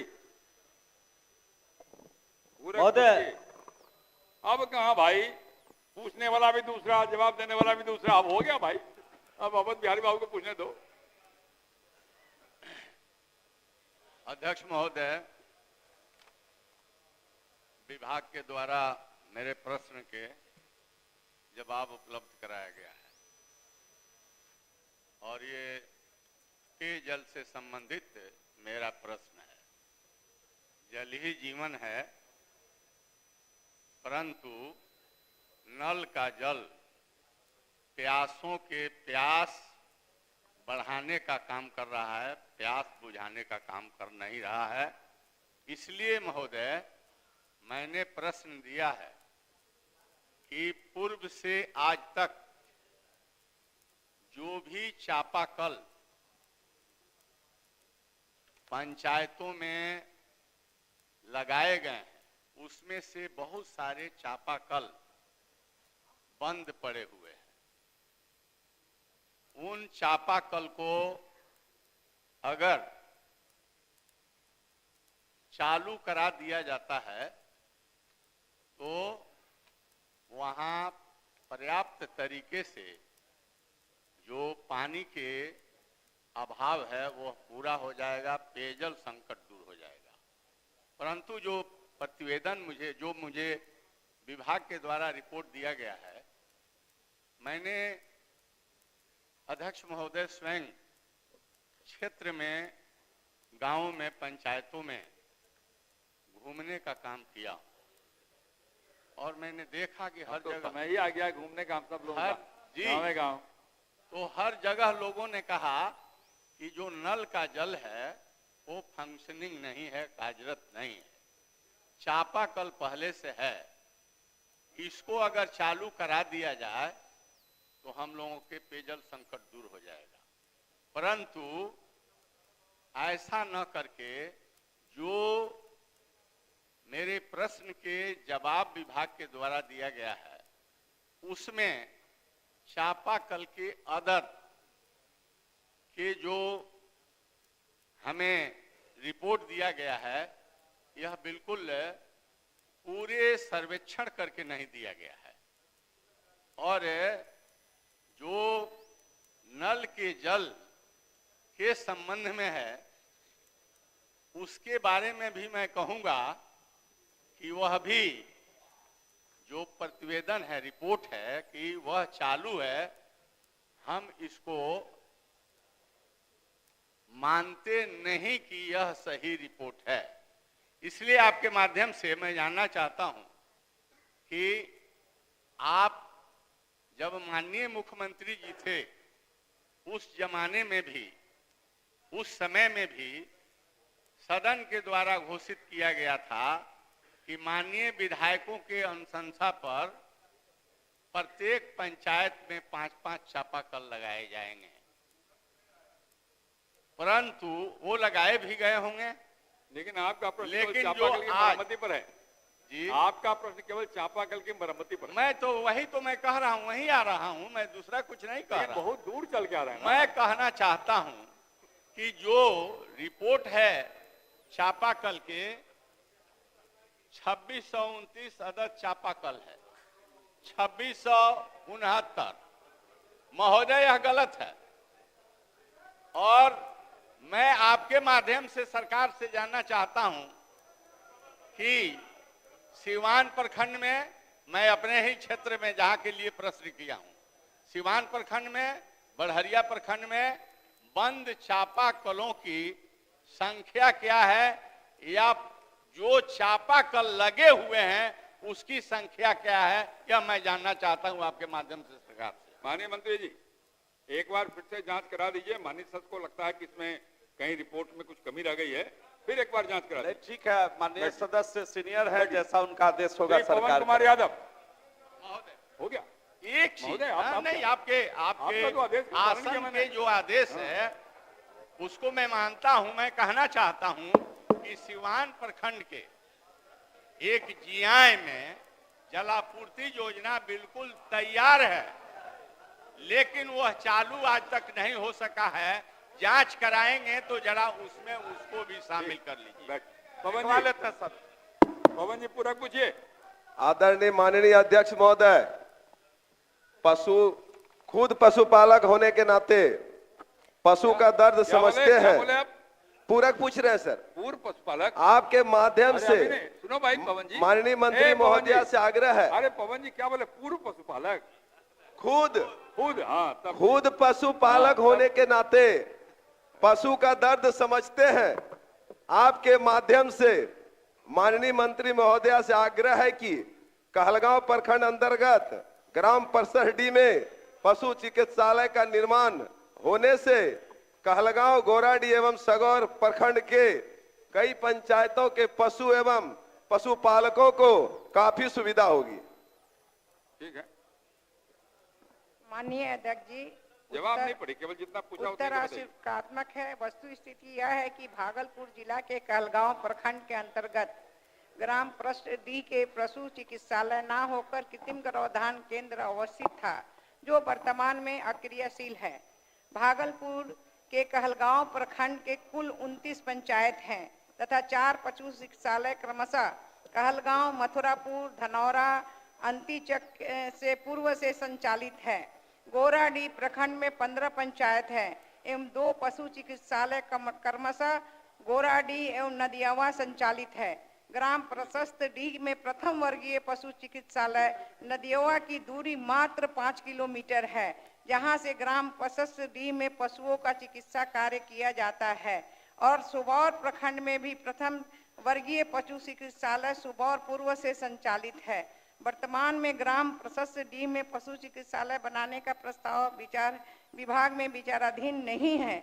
उपयुक्त खंडों में स्पष्ट कर दी गई है। माननीय मंत्री जी, उन्होंने पूरक नहीं पूछा है, उन्होंने केवल कहा है कि अगर यहाँ भी होगा तो अच्छा होता, इसलिए उसका विचार करिए। अब प्रश्नोत्तर काल समाप्त हुआ। जिन प्रश्नों के उत्तर तैयार हों उन्हें सदन पटल पर रख दिए जाएं। अब कार्यस्थगन प्रस्ताव की सूचना ली जाएगी। माननीय सदस्यगण, आज दिनांक 6 मार्च 2025 के लिए निम्न माननीय सदस्यों से कार्यस्थगन प्रस्ताव की सूचनाएं प्राप्त हुई हैं। श्री अख्तरुल इस्लाम शाहीन साबिसा, श्री अजीत कुमार सिंह साबिसा, श्री अजय कुमार साबिसा, श्री मोहम्मद इजराइल मंसूरी साबिसा, श्री सदेव राम साबिसा, श्री महबूब आलम साबिसा, श्री कुमार कृष्ण मोहन सुदय यादव साबिसा, श्री समीम अहमद साबिसा, श्री मुकेश कुमार यादव साबिसा, श्री सऊद आलम साबिसा, श्री समीर कुमार महासेठ साबिसा, श्री रामबली सिंह यादव साबिसा, श्री मोहम्मद अंजार नईमी साबिसा। 2, श्री अजीत शर्मा साबिसा। आज दिनांक 6 मार्च 2025 को सदन में वित्तीय वर्ष 2025-26 के आय व्यय पर सामान्य विमर्श, सरकार का उत्तर तथा वित्तीय वर्ष 2024-25 के आय व्यय से संबंधित तृतीय अनुपूरक व्यय विवरण के उपस्थापन का कार्यक्रम निर्धारित है। अतः बिहार विधानसभा की प्रक्रिया तथा संचालन नियमावली के नियम 171(1), नियम 176(3) एवं नियम 47(2) के तहत नियमानुकूल नहीं रहने के कारण कार्य स्थगन प्रस्ताव की सभी सूचनाओं को अमान्य किया जाता है। अब शून्यकाल लिए जाएंगे। इतने लोग कैसे खड़े हो गए? इतने लोग कैसे खड़े हो गए? बैठिए, एक आदमी को बोलिए, क्या कर रहे हैं आप? बिहार में डोमिसाइल नीति लागू नहीं रहने के कारण बड़ी संख्या में यहाँ के लोग जो सरकारी नौकरियां, रिक्तियां निकल रही है उससे वंचित हो रहे हैं और अन्य पर यहाँ के लोग बेरोजगार रह जा रहे हैं। अरे पढ़ने के लिए खड़ा किया, इधर तो कहाँ जा रहे हैं? जी धन्यवाद। नहीं हम सर अध्यक्ष महोदय, बिहार में नौकरियों में डोमिसाइल नीति नहीं होने से राज्य की बहालियों में राज्य के युवक युवतियों को समुचित अवसर नहीं मिल पा रहा है। विदित हो कि बिहार में बेरोजगारी एवं पलायन चरम पर है और यह इसकी दर देश भर में सभी राज्यों से अधिक है। अतः दिनांक 6/3/2025 के सारे पूर्व निर्धारित कार्यक्रम को स्थगित करते हुए राज्य के लिए एक डोमिसाइल नीति बनाने पर विमर्श हो, जिससे कि बिहार के सभी प्रकार की नियुक्तियों में कम से कम 90% बिहार राज्य के निवासियों की ही नियुक्ति हो सके। श्री अजीत शर्मा। अध्यक्ष महोदय, मैं तो आज के लिए सारे कार्य को स्थगित कर बेतहाशा बढ़ चुके प्रदूषण को नियंत्रित करने पर चर्चा हो। उल्लेखनीय है कि प्रदूषण मुक्त स्वच्छ वातावरण में जीना नागरिकों के मौलिक अधिकारों में सम्मिलित है, परंतु प्रदूषण के कारण बिहार के शहरों की स्थिति रहने लायक नहीं रह गई है। बिहार के प्रमुख शहरों का एयर क्वालिटी इंडेक्स 250 के लगभग बना हुआ है, जो बहुत ही खराब की श्रेणी में आता है और जानलेवा है।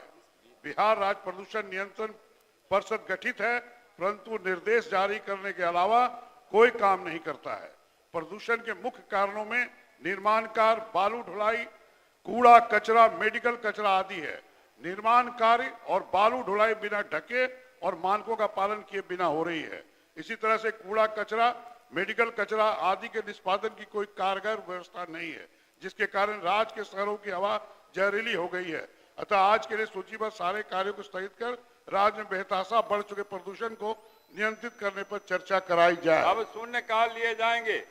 श्रीमती भागीरथी देवी, श्रीमती भागीरथी देवी पढ़िए। माननीय अध्यक्ष जी, रामनगर प्रखंड में हुजूर 8 लाख के आबादी बा हुजूर, लेकिन हम सरकार से ये मांग करते हैं कि वहाँ डिग्री कॉलेज नहीं के हुजूर, डिग्री कॉलेज के मांग करते हैं, डिग्री कॉलेज दिया जाए। श्री अजय कुमार। अध्यक्ष महोदय, समस्तीपुर, दरभंगा, कटिहार सहित अन्य जिलों में यूरिया की किल्लत एवं कालाबाजारी से किसान त्राहिमाम हैं।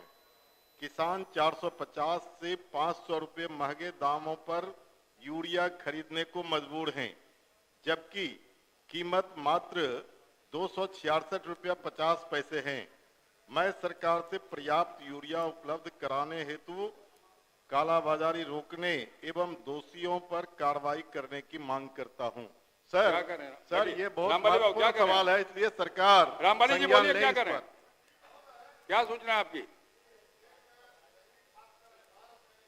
दुखद खबर आई है महोदय कि बिहार शरीफ के चंडी थाना में एक महिला को सूचना 9 कील ठोक करके मार दिया गया है महोदय।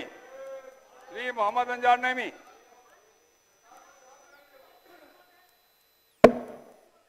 अध्यक्ष महोदय, नईमी साहब इन्होंने एक बात कही है, मौका दिया, सुनिए मेरी बात सुनिए।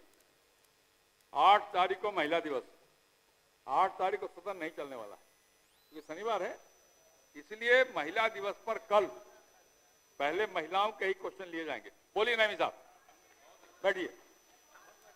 कितना महत्वपूर्ण बात का आपको समझ में आ रहा है? मोहम्मद अंजार नईमी बोलिए। अध्यक्ष महोदय, किशनगंज जिला अंतर्गत निसंदरा असुरा पुल का निर्माण स्वीकृत स्थान में ही हो। उक्त स्थान के दोनों छोर में प्रधानमंत्री सड़क है। एक बड़ी आबादी का आवागमन इन्हीं घाटों से है। अन्य स्थान में पुल बनाना लोकहित में नहीं होगा तथा दो पक्षों के बीच टकराव की स्थिति उत्पन्न होने की संभावना है। मोहम्मद यार एसपी। अध्यक्ष महोदय, किशनगंज जिला अंतर्गत कोचाधामन प्रखंड के चिकनी से बाबुल टोला मजकुरी जाने वाली मुख्यमंत्री सड़क और कलबट बाढ़ से कई वर्ष पहले ही क्षतिग्रस्त हो चुका है, जिससे आमजनों को यातायात में काफी परेशानी हो रही है। अतः मैं सरकार से उक्त सड़क की मरम्मति और ध्वस्त कलबट के स्थान पर नए कलबट निर्माण की मांग करता हूं। श्री सऊद आलम। माननीय अध्यक्ष जी, किशनगंज जिला अंतर्गत दिगलबैग प्रखंड के ढाकोपारा पलसा गांव को मुख्य धारा से जोड़ने हेतु काल कनकई नदी पर एवं आठगछिया और करवामनी पंचायत को आपस में जोड़ने हेतु गोरूमारा घाट पर उच्च स्तरीय आरसीसी पुल निर्माण की सरकार से मांग करता हूं। श्री मुकेश कुमार यादव।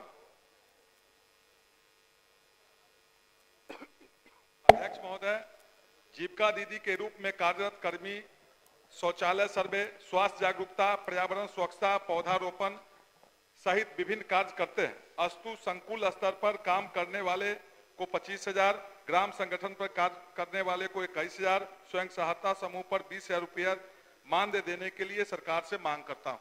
हारून हुसैन।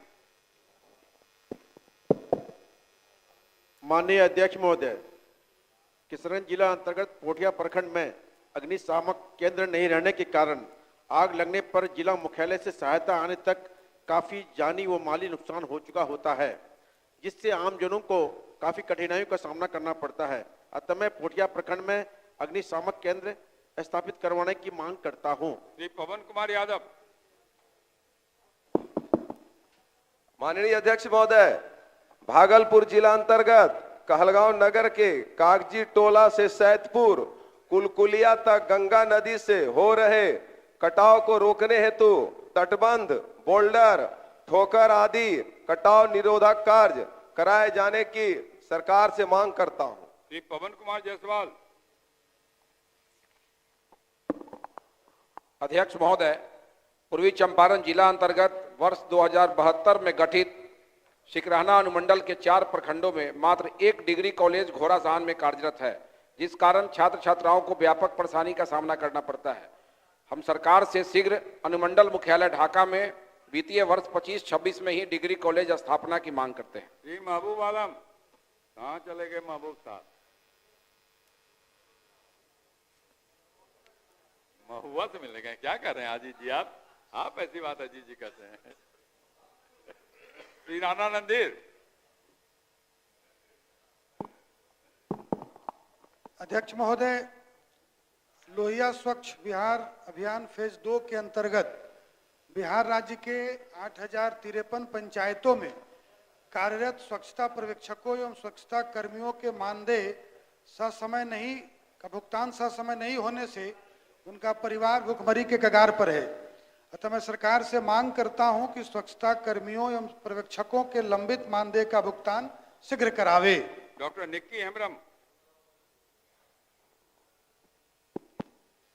माननीय अध्यक्ष महोदय, कटोरिया विधानसभा क्षेत्र अंतर्गत बौसी प्रखंड के एफसीआई गोदाम से एजीएम बौसी द्वारा अवैध रूप से अनाज बेचे जाने की शिकायत प्राप्त हुई है। एजीएम द्वारा डीलरों को अवैध अनाज आवंटित अनाज की वजन में भी कम करके दिया जाता है। अतः सरकार से संबंधित पदाधिकारी की जांच कराकर कार्रवाई की सदन से मांग करती हूँ। श्री महानंद सिंह। अध्यक्ष महोदय, भारी संख्या में अभी भी गरीब परिवार पक्का मकान योजना से वंचित हैं। गरीब परिवार का नाम सूचीबद्ध करने में काफी धांधली किया जा रहा है। गरीबों से रुपए वसूले जा रहे हैं। धांधली पर रोक लगाने एवं सभी गरीब परिवारों को पक्का मकान की गारंटी की मांग करता हूं। श्री गोपाल रविदास।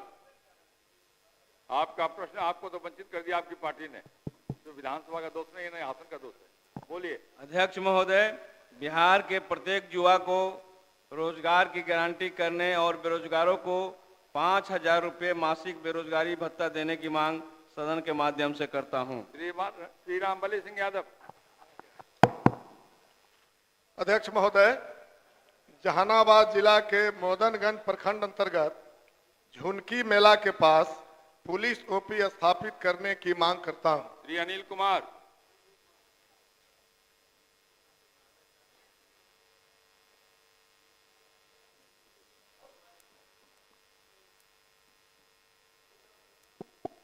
माननीय अध्यक्ष महोदय, बिहार सरकार के समाज कल्याण विभाग द्वारा बुजुर्ग नागरिकों को वित्तीय सहायता प्रदान करने के लिए कार्यान्वित की गई मुख्यमंत्री वृद्धजन पेंशन योजना की राशि 400 रुपये से बढ़ाकर 1500 से 2000 रुपये प्रति माह करने की सरकार से मांग करता हूं। श्रीमती गायत्री देवी।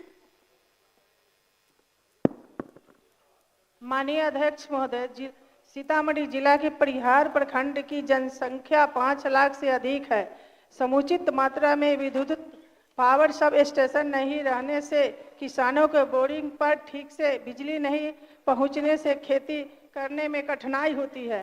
अतः परिहार प्रखंड के नरगा एवं बेला में विद्युत पावर सब स्टेशन लगाने की मांग सरकार से करती हूं। सुश्री श्रेयसी सिंह। माननीय अध्यक्ष महोदय, जमुई विधानसभा क्षेत्र अंतर्गत बरहट प्रखंड में बरियारपुर पंचायत के पतौना गांव में छात्रों और विशेषकर छात्राओं को पढ़ने के लिए काफी दूर स्थित उच्च विद्यालय जाना पड़ता है। अतः बरहट प्रखंड में बरियारपुर पंचायत के पतौना गांव में उच्च विद्यालय खोलने हेतु मैं सरकार से मांग करती हूं। श्रीमती मंजू अग्रवाल। माननीय अध्यक्ष महोदय, गया जिला अंतर्गत प्रखंड आमस के ग्राम पंचायत रामपुर के ग्राम नवगढ़ में जीटी रोड से मिश्र बीघा होते हुए पहाड़पुर रोड झरना आहर तक सड़क का निर्माण कराने की मांग करती हूँ। श्री वीरेंद्र प्रसाद गुप्ता। माननीय अध्यक्ष महोदय, चंपारण में सिकराना, मुजफ्फरपुर में बागमती और कटिहार में महानंदा तटबंध का निर्माण हजारों गांवों को डूब क्षेत्र में बदल देने वाला है। तीनों जगह विनाशकारी बांध के निर्माण कार्य पर अविलंब रोक लगाने और विरोध करने वाले लोगों पर हुए मुकदमे की वापसी की मांग करता हूं। महोदय, ये कौन सा विकास का काम है? ये कौन सा बाढ़ से बचाने? माननीय अध्यक्ष महोदय, कटिहार जिला अंतर्गत फलका प्रखंड अंतर्गत रहटा में अतिरिक्त प्राथमिक स्वास्थ्य केंद्र, उप स्वास्थ्य केंद्र के भवन में चल रही, जबकि 3 पंचायत के बीच लगभग 30,000 आबादी के बीच यह प्राथमिक स्वास्थ्य केंद्र है। अतः मैं उक्त प्राथमिक स्वास्थ्य केंद्र के लिए नए भवन बनवाने के लिए सरकार से मांग करती हूँ। श्रीमती निशा सिंह। तो आज महिला दिवस हो रहा है, आज ही महिला दिवस है, बोलिए। माननीय अध्यक्ष महोदय, कटिहार जिला अंतर्गत आजमनगर प्रखंड के अरिहाना पंचायत में अस्पताल नहीं रहने के कारण स्थानीय लोगों को चिकित्सा कार्य हेतु काफी दूर जाना पड़ता है, जिसके कारण आम जनों को काफी परेशानी होती है। अंतः मैं उक्त पंचायत में उप स्वास्थ्य केंद्र, जिसकी क्षमता 20 बेडों की हो, निर्माण करने हेतु सरकार से मांग करती हूँ। श्री विद्यासागर केसरी। अध्यक्ष महोदय, अररिया जिला अंतर्गत फारबिसगंज विधानसभा क्षेत्र के सिमराहा बाजार के पास रेलवे लाइन के दोनों तरफ चौतरफा गुजरने वाले सड़क मार्ग पर भारी जाम की समस्या बनी रहती है। इसके निदान हेतु रेलवे ढाला पर रेलवे ओवरब्रिज निर्माण की मांग सदन से करता हूं। श्री अमरजीत कुशवाहा। आपका राज्य सरकार की सीमा से बाहर का आपका सूचना था, अध्यक्ष महोदय, बिहार राज्य शिक्षा विभाग में आउटसोर्सिंग से कार्यरत बीपीएमयू कर्मियों की सेवा 31 मार्च 25 से समाप्त कर दी जाएगी, जिससे उनके परिवार के समक्ष भुखमरी की स्थिति उत्पन्न हो जाएगी। सेवा समाप्ति पर रोक लगाने तथा उनकी सेवा स्थायी करने का मांग करता हूं। महोदय, ये सरकार संज्ञान में ले ले। श्री अजीत कुमार सिंह। माननीय अध्यक्ष महोदय, राज्य में लाखों दलित गरीबों का लंबे समय से बिजली का बिल बकाया है, जिसका भुगतान करने में वो सक्षम नहीं है। अतः सभी लोगों का बिजली बिल माफ करने व प्रति माह गरीबों को 200 यूनिट मुफ्त बिजली देने की मांग सरकार से करता हूं। श्री मोहम्मद रिजाल मंसूरी। अध्यक्ष महोदय, मुजफ्फरपुर जिला के कांटी विधानसभा क्षेत्र अंतर्गत NH 28 दामोदरपुर रेलवे गुमटी के पास एवं NH 57 दरभंगा रोड के शनि मंदिर के पास स्पीड ब्रेकर नहीं रहने के कारण काफी दुर्घटना हो रही है, जिससे काफी मौतें हो गई है। अतः शून्यकाल के माध्यम से दोनों स्थानों पर हाई स्पीड ब्रेकर बनाने की मांग करता हूं। श्री प्रफुल्ल कुमार मांझी। जमुई जिला अंतर्गत प्रखंड खैरा के पंचायत खैरा को, जिसकी आबादी घनी है, उच्च माध्यमिक विद्यालय भी है, बाजार भी विस्तृत रूप ले लिया है। अतः खैरा पंचायत को नगर पंचायत बनाने की सरकार से मांग करता हूं। श्री ललित नारायण मंडल।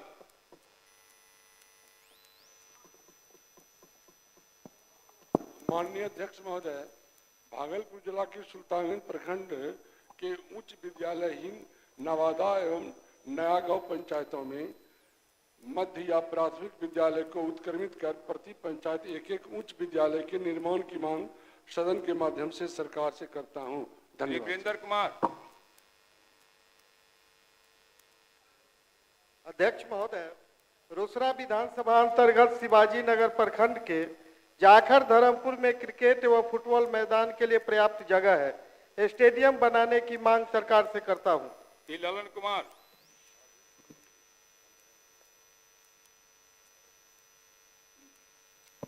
बढ़िया ललन जी। माननीय अध्यक्ष महोदय, युवाओं में स्वास्थ्य एवं खेल के प्रति जागरूकता पैदा करने के लिए मैं सरकार से भागलपुर जिला अंतर्गत पीरपैंती प्रखंड के इंटर स्तरीय उच्च विद्यालय ईसीपुर तथा कहलगांव प्रखंड के इंटर स्तरीय उच्च विद्यालय रामपुर के क्रीड़ा मैदान में स्टेडियम निर्माण करवाने की मांग करता हूं। माननीय सदस्यगण, अब ध्यानाकर्षण सूचनाएं ली जाएंगी और ध्यानाकर्षण के उपरांत समय बचने पर अगर सदन की सहमति हो तो शेष शून्यकाल की सूचनाएं ली जाएंगी। अब ध्यानाकर्षण सूचना लिए जाएंगे। माननीय सदस्य पवन कुमार यादव, आपकी सूचना पड़ी हुई है। माननीय मंत्री सहकारिता विभाग। महोदय, वस्तुस्थिति यह है कि पैक्स प्रबंधक पैक्स के कर्मी हैं जिनके वेतन आदि के भुगतान की जिम्मेदारी संबंधित पैक्स को है।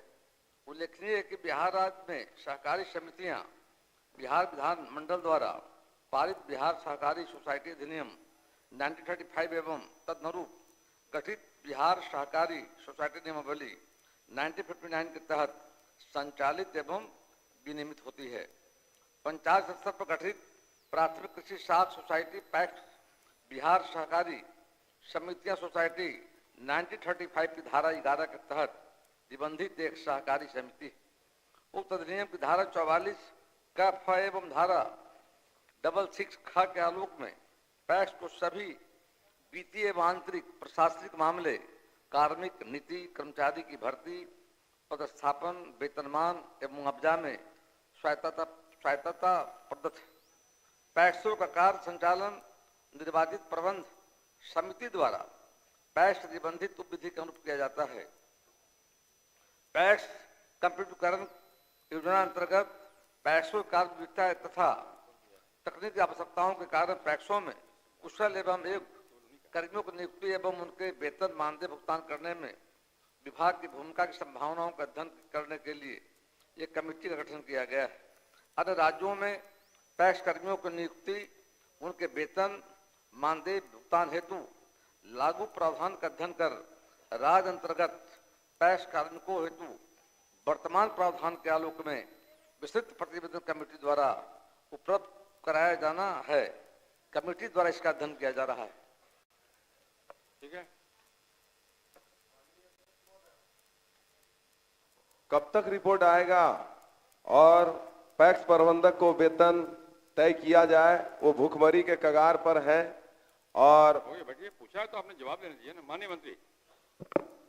महोदय, हमारी सरकार में कोई व्यक्ति बिहार में भुखमरी के कगार पर नहीं है, नंबर 1। दूसरा महोदय, जो कहा है तो सरकार विचार कर रही है, समिति का रिपोर्ट का इंतजार हम कर रहे हैं और प्रयास करेंगे 3 महीने के अंदर में समिति की रिपोर्ट आने के बाद सरकार निश्चित तौर पर यथोचित कार्रवाई करेगी। माननीय सर श्री अजीत शर्मा अपनी सूचना को पढ़ें। माननीय मंत्री जी को धन्यवाद। अजीत शर्मा जी पढ़िए।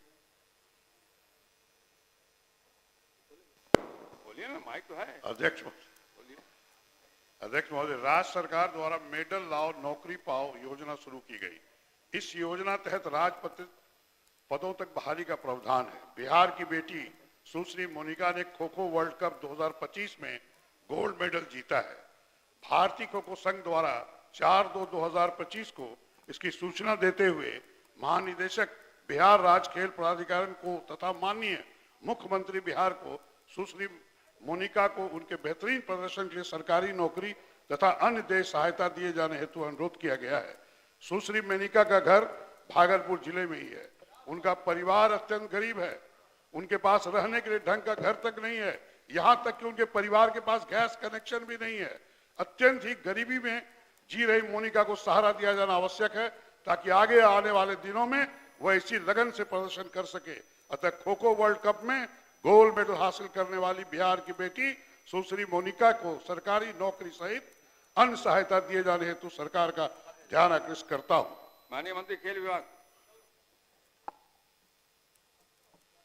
महोदय, वस्तु स्थिति यह है कि राज्य में मेडल लाओ नौकरी पाओ योजना के तहत उत्कृष्ट खिलाड़ियों की नियुक्ति हेतु बिहार उत्कृष्ट खिलाड़ियों की सीधी नियुक्ति नियमावली 2023 का गठन किया गया, जिसके नियम 3 में Olympic games, Asian games, Commonwealth games में शामिल खेल विद्याओं में वैसे उत्कृष्ट खिलाड़ियों की नियुक्ति का प्रावधान है जो ओलंपिक खेल, एशियन गेम्स, कॉमनवेल्थ गेम्स में स्वर्ण, रजत, कांस्य पदक प्राप्त किए हो या सहभागिता की हो, या national games, senior national championship, junior national championship में स्वर्ण, रजत, कांस्य पदक प्राप्त किए हो।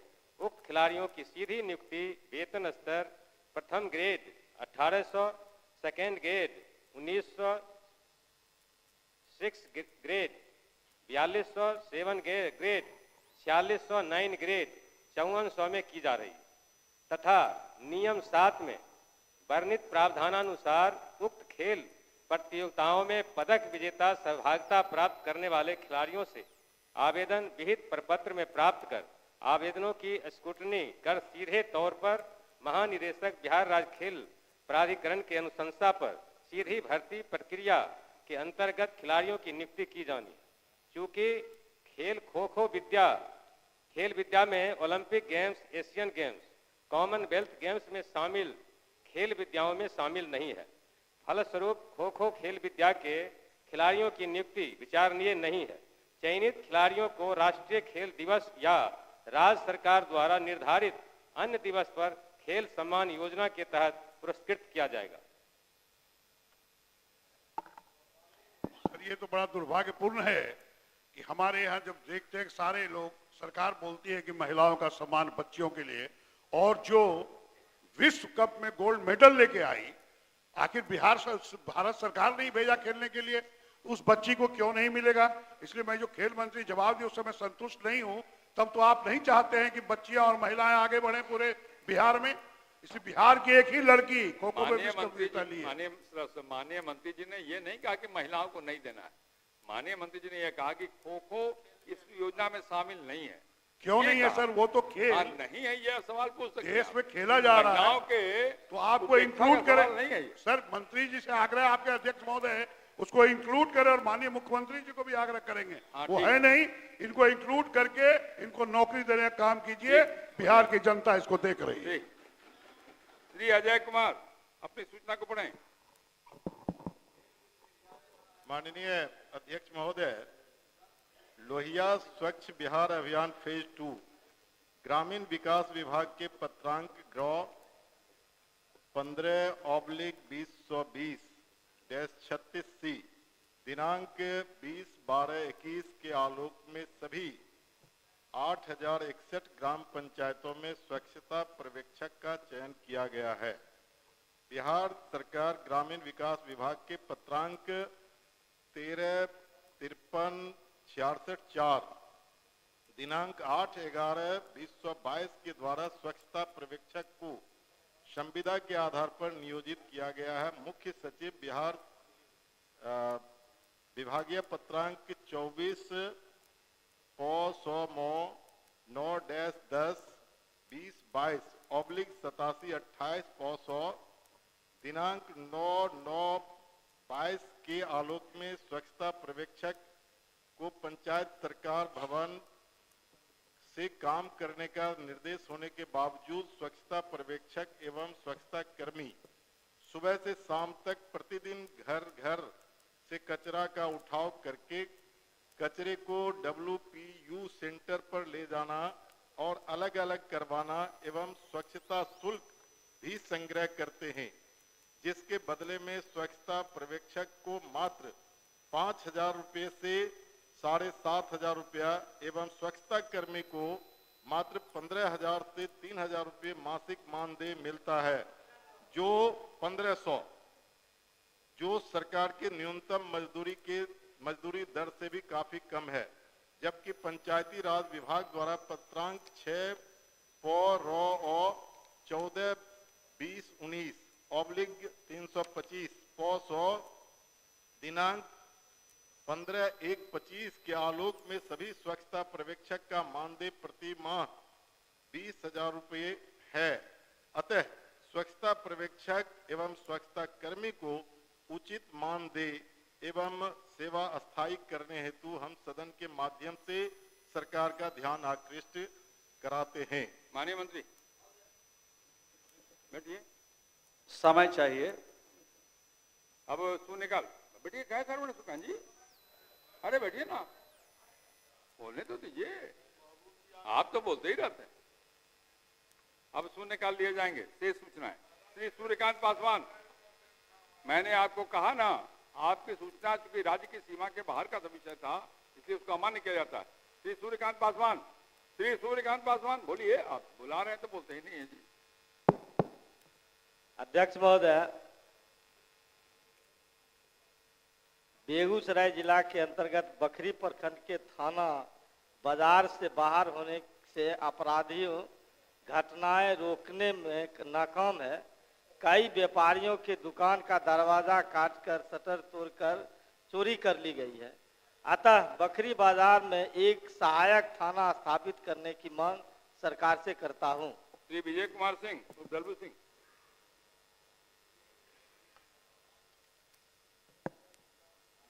माननीय अध्यक्ष महोदय, औरंगाबाद जिला के कुटुंबा थाना अंतर्गत एरका गांव निवासी जमींदार पासवान के 12 वर्षीय पुत्र अंकित कुमार का 23/2025 को अपहरण हुआ। 26/2025 को उसकी लाश बरामदगी की गई। मैं सरकार से इस कांड में पुलिस की लापरवाही की जांच एवं दोषियों की कार्रवाई की मांग करता हूं। श्री जयप्रकाश यादव। माननीय अध्यक्ष महोदय, अररिया जिला अंतर्गत नरपतगंज प्रखंड के हरही पंचायत वार्ड संख्या 5 स्थित शिवधर यादव घाट से कुसिया टोला होते हुए भंगी नहर क्वार्टर पुल तक की कच्ची सड़क का पक्कीकरण की मांग करता हूं। श्रीमती प्रतिमा कुमारी। माननीय अध्यक्ष महोदय, मैं सदन के माध्यम से वैशाली जिला के अपने विधानसभा क्षेत्र के तीनों प्रखंड राजापाकर, देसरी और सहदेई बुजुर्ग में भूमिहीन एवं आवासहीन महादलितों को बास्केट पर्चा उपलब्ध कराकर जमीन पर कब्जा दिलाने हेतु प्रधानमंत्री आवास योजना का लाभ देने की मांग सरकार से करती हूँ। श्री विनय बिहारी।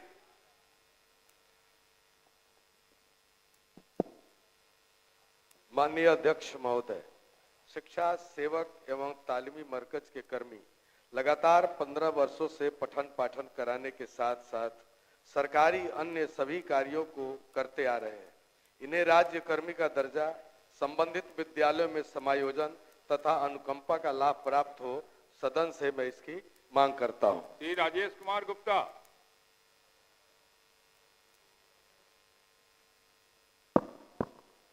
माननीय अध्यक्ष महोदय, रोहतास जिला के सासाराम में बेदा से लेकर एसपी जन कॉलेज तक 3 किलोमीटर जीटी रोड पर आए दिन जाम लगा रहता है, जिस कारण शहरवासी को काफी कठिनाई होती है। सरकार से बेदा से लेकर एसपी जन कॉलेज तक फ्लाईओवर निर्माण का मांग करते हैं। श्री समीम अहमद। माननीय अध्यक्ष महोदय, पूर्वी चंपारण जिला के जल संसाधन विभाग कार्य मंडल रक्सौल के अधीन छावड़ादानो प्रखंड के छावड़ादानो प्रखंड चौक से स्टेशन की तरफ जाने वाली सड़क में जेबीसी कैनाल के ऊपर पुल जर्जर अवस्था में है। उक्त पुल कभी भी ध्वस्त हो सकती है, अतः सरकार से आम जनों के हित में उक्त कैनाल पर नया पुल निर्माण का मांग करता हूँ। श्री समीर कुमार महासेठ। माननीय अध्यक्ष महोदय, मधुबनी विधानसभा क्षेत्र के अंतर्गत अपराध पर नियंत्रण हेतु रामपट्टी के पास तथा कोतवाली चौक के आगे रेलवे क्रॉसिंग के बाद दोनों जगह ओपी खोले जाने की मांग करता हूँ। श्री सत्यदेव राम।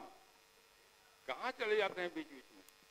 आपके समक्ष रहते हैं। अरे हम तो देखते रहते हैं, आपकी नजर मेरे तरफ नहीं रहती है, इधर उधर हो जाती है। इधर ही रहता है यार। अगर हमारे आप पर महबूब साहब पर ध्यान रहता है। बोलिए। सबसे पुराने मित्रों में के हैं, नजर हटा देते हैं। महोदय, 65% आरक्षण के प्रति इस सदन की प्रतिबद्धता है। सदन ने इसे संबंधित कानून बनाकर ऐतिहासिक काम किया है।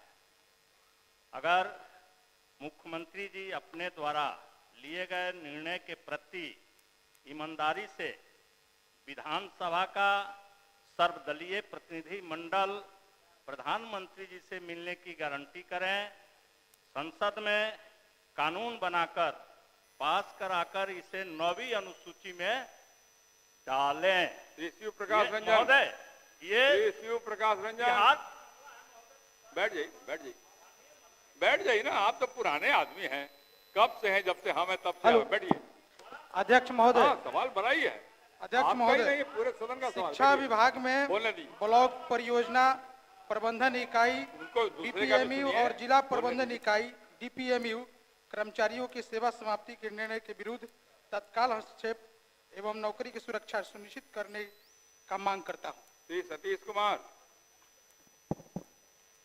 अध्यक्ष महोदय, मखदूमपुर विधानसभा क्षेत्र अंतर्गत जमनगन भैक डकरा मकरपुर पंचायत में पेयजल संकट दूर करने हेतु फल्गु नदी से पानी लिफ्ट कराकर पंचायतों में पहुंचाने की सदन से मांग करता हूं।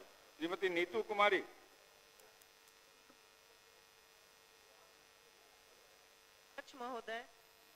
अध्यक्ष महोदय, मेरे विधानसभा क्षेत्र के तीनों प्रखंड हिसुआ, नरहट और अकबरपुर में हल्का कर्मचारियों द्वारा जमीन की दाखिल खारिज, परिमार्जन और जमाबंदी में अवैध रिश्वत की मांग की जाती है। मांग पूरा नहीं होने पर गरीब जनता का कार्य बाधित होता है, इसलिए आपसे निगरानी की जांच एवं कार्रवाई की मांग सरकार से करती हूँ। कुमार कृष्ण मोहन सुदय यादव।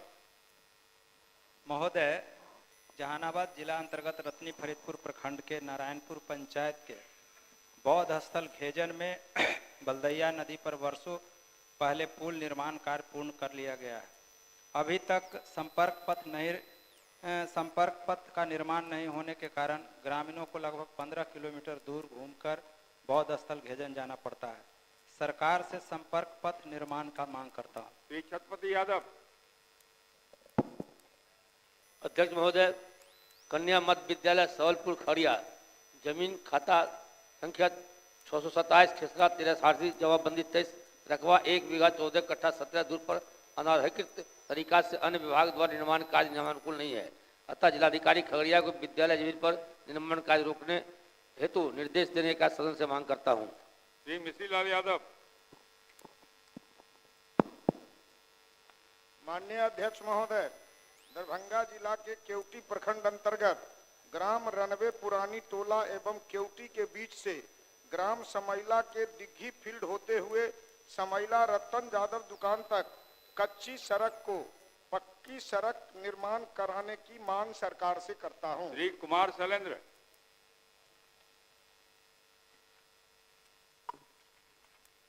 माननीय अध्यक्ष महोदय, भागलपुर जिला अंतर्गत बिहपुर प्रखंड के पूर्वी केबिन और पश्चिमी केबिन पर रेलवे क्रॉसिंग के पास आरओबी बनाने की मांग सरकार से करता हूं। अब सभा की कार्रवाई पहले एक बात का स्पष्टीकरण दीजिए। बैठिए बैठिए बैठिए। ये महासेठ जी बैठे हैं, उसके बगल में अजीत शर्मा जी बैठे थे। हम जब आपका नाम पुकार रहे थे उधर से आवाज आ रही थी कि महुआ से मिलने गए। पहले बताइए कहाँ गए थे, अगर बोलिए, पूछना पड़िए। महोदय, पढ़ने के लिए धन्यवाद। महोदय, सरकारी नौकरियों और अन्य सरकारी अवसरों में डोमिसाइल नीति लागू करने से बिहार के स्थानीय लोगों को राज्य के भीतर ही काम का अधिकार और रोजगार के अवसरों का लाभ मिल सकेगा। अतः मैं बिहार में डोमिसाइल नीति लागू करने की मांग करता हूं। अब सभा की कार्रवाई 2 बजे दिन तक के लिए स्थगित की जाती है।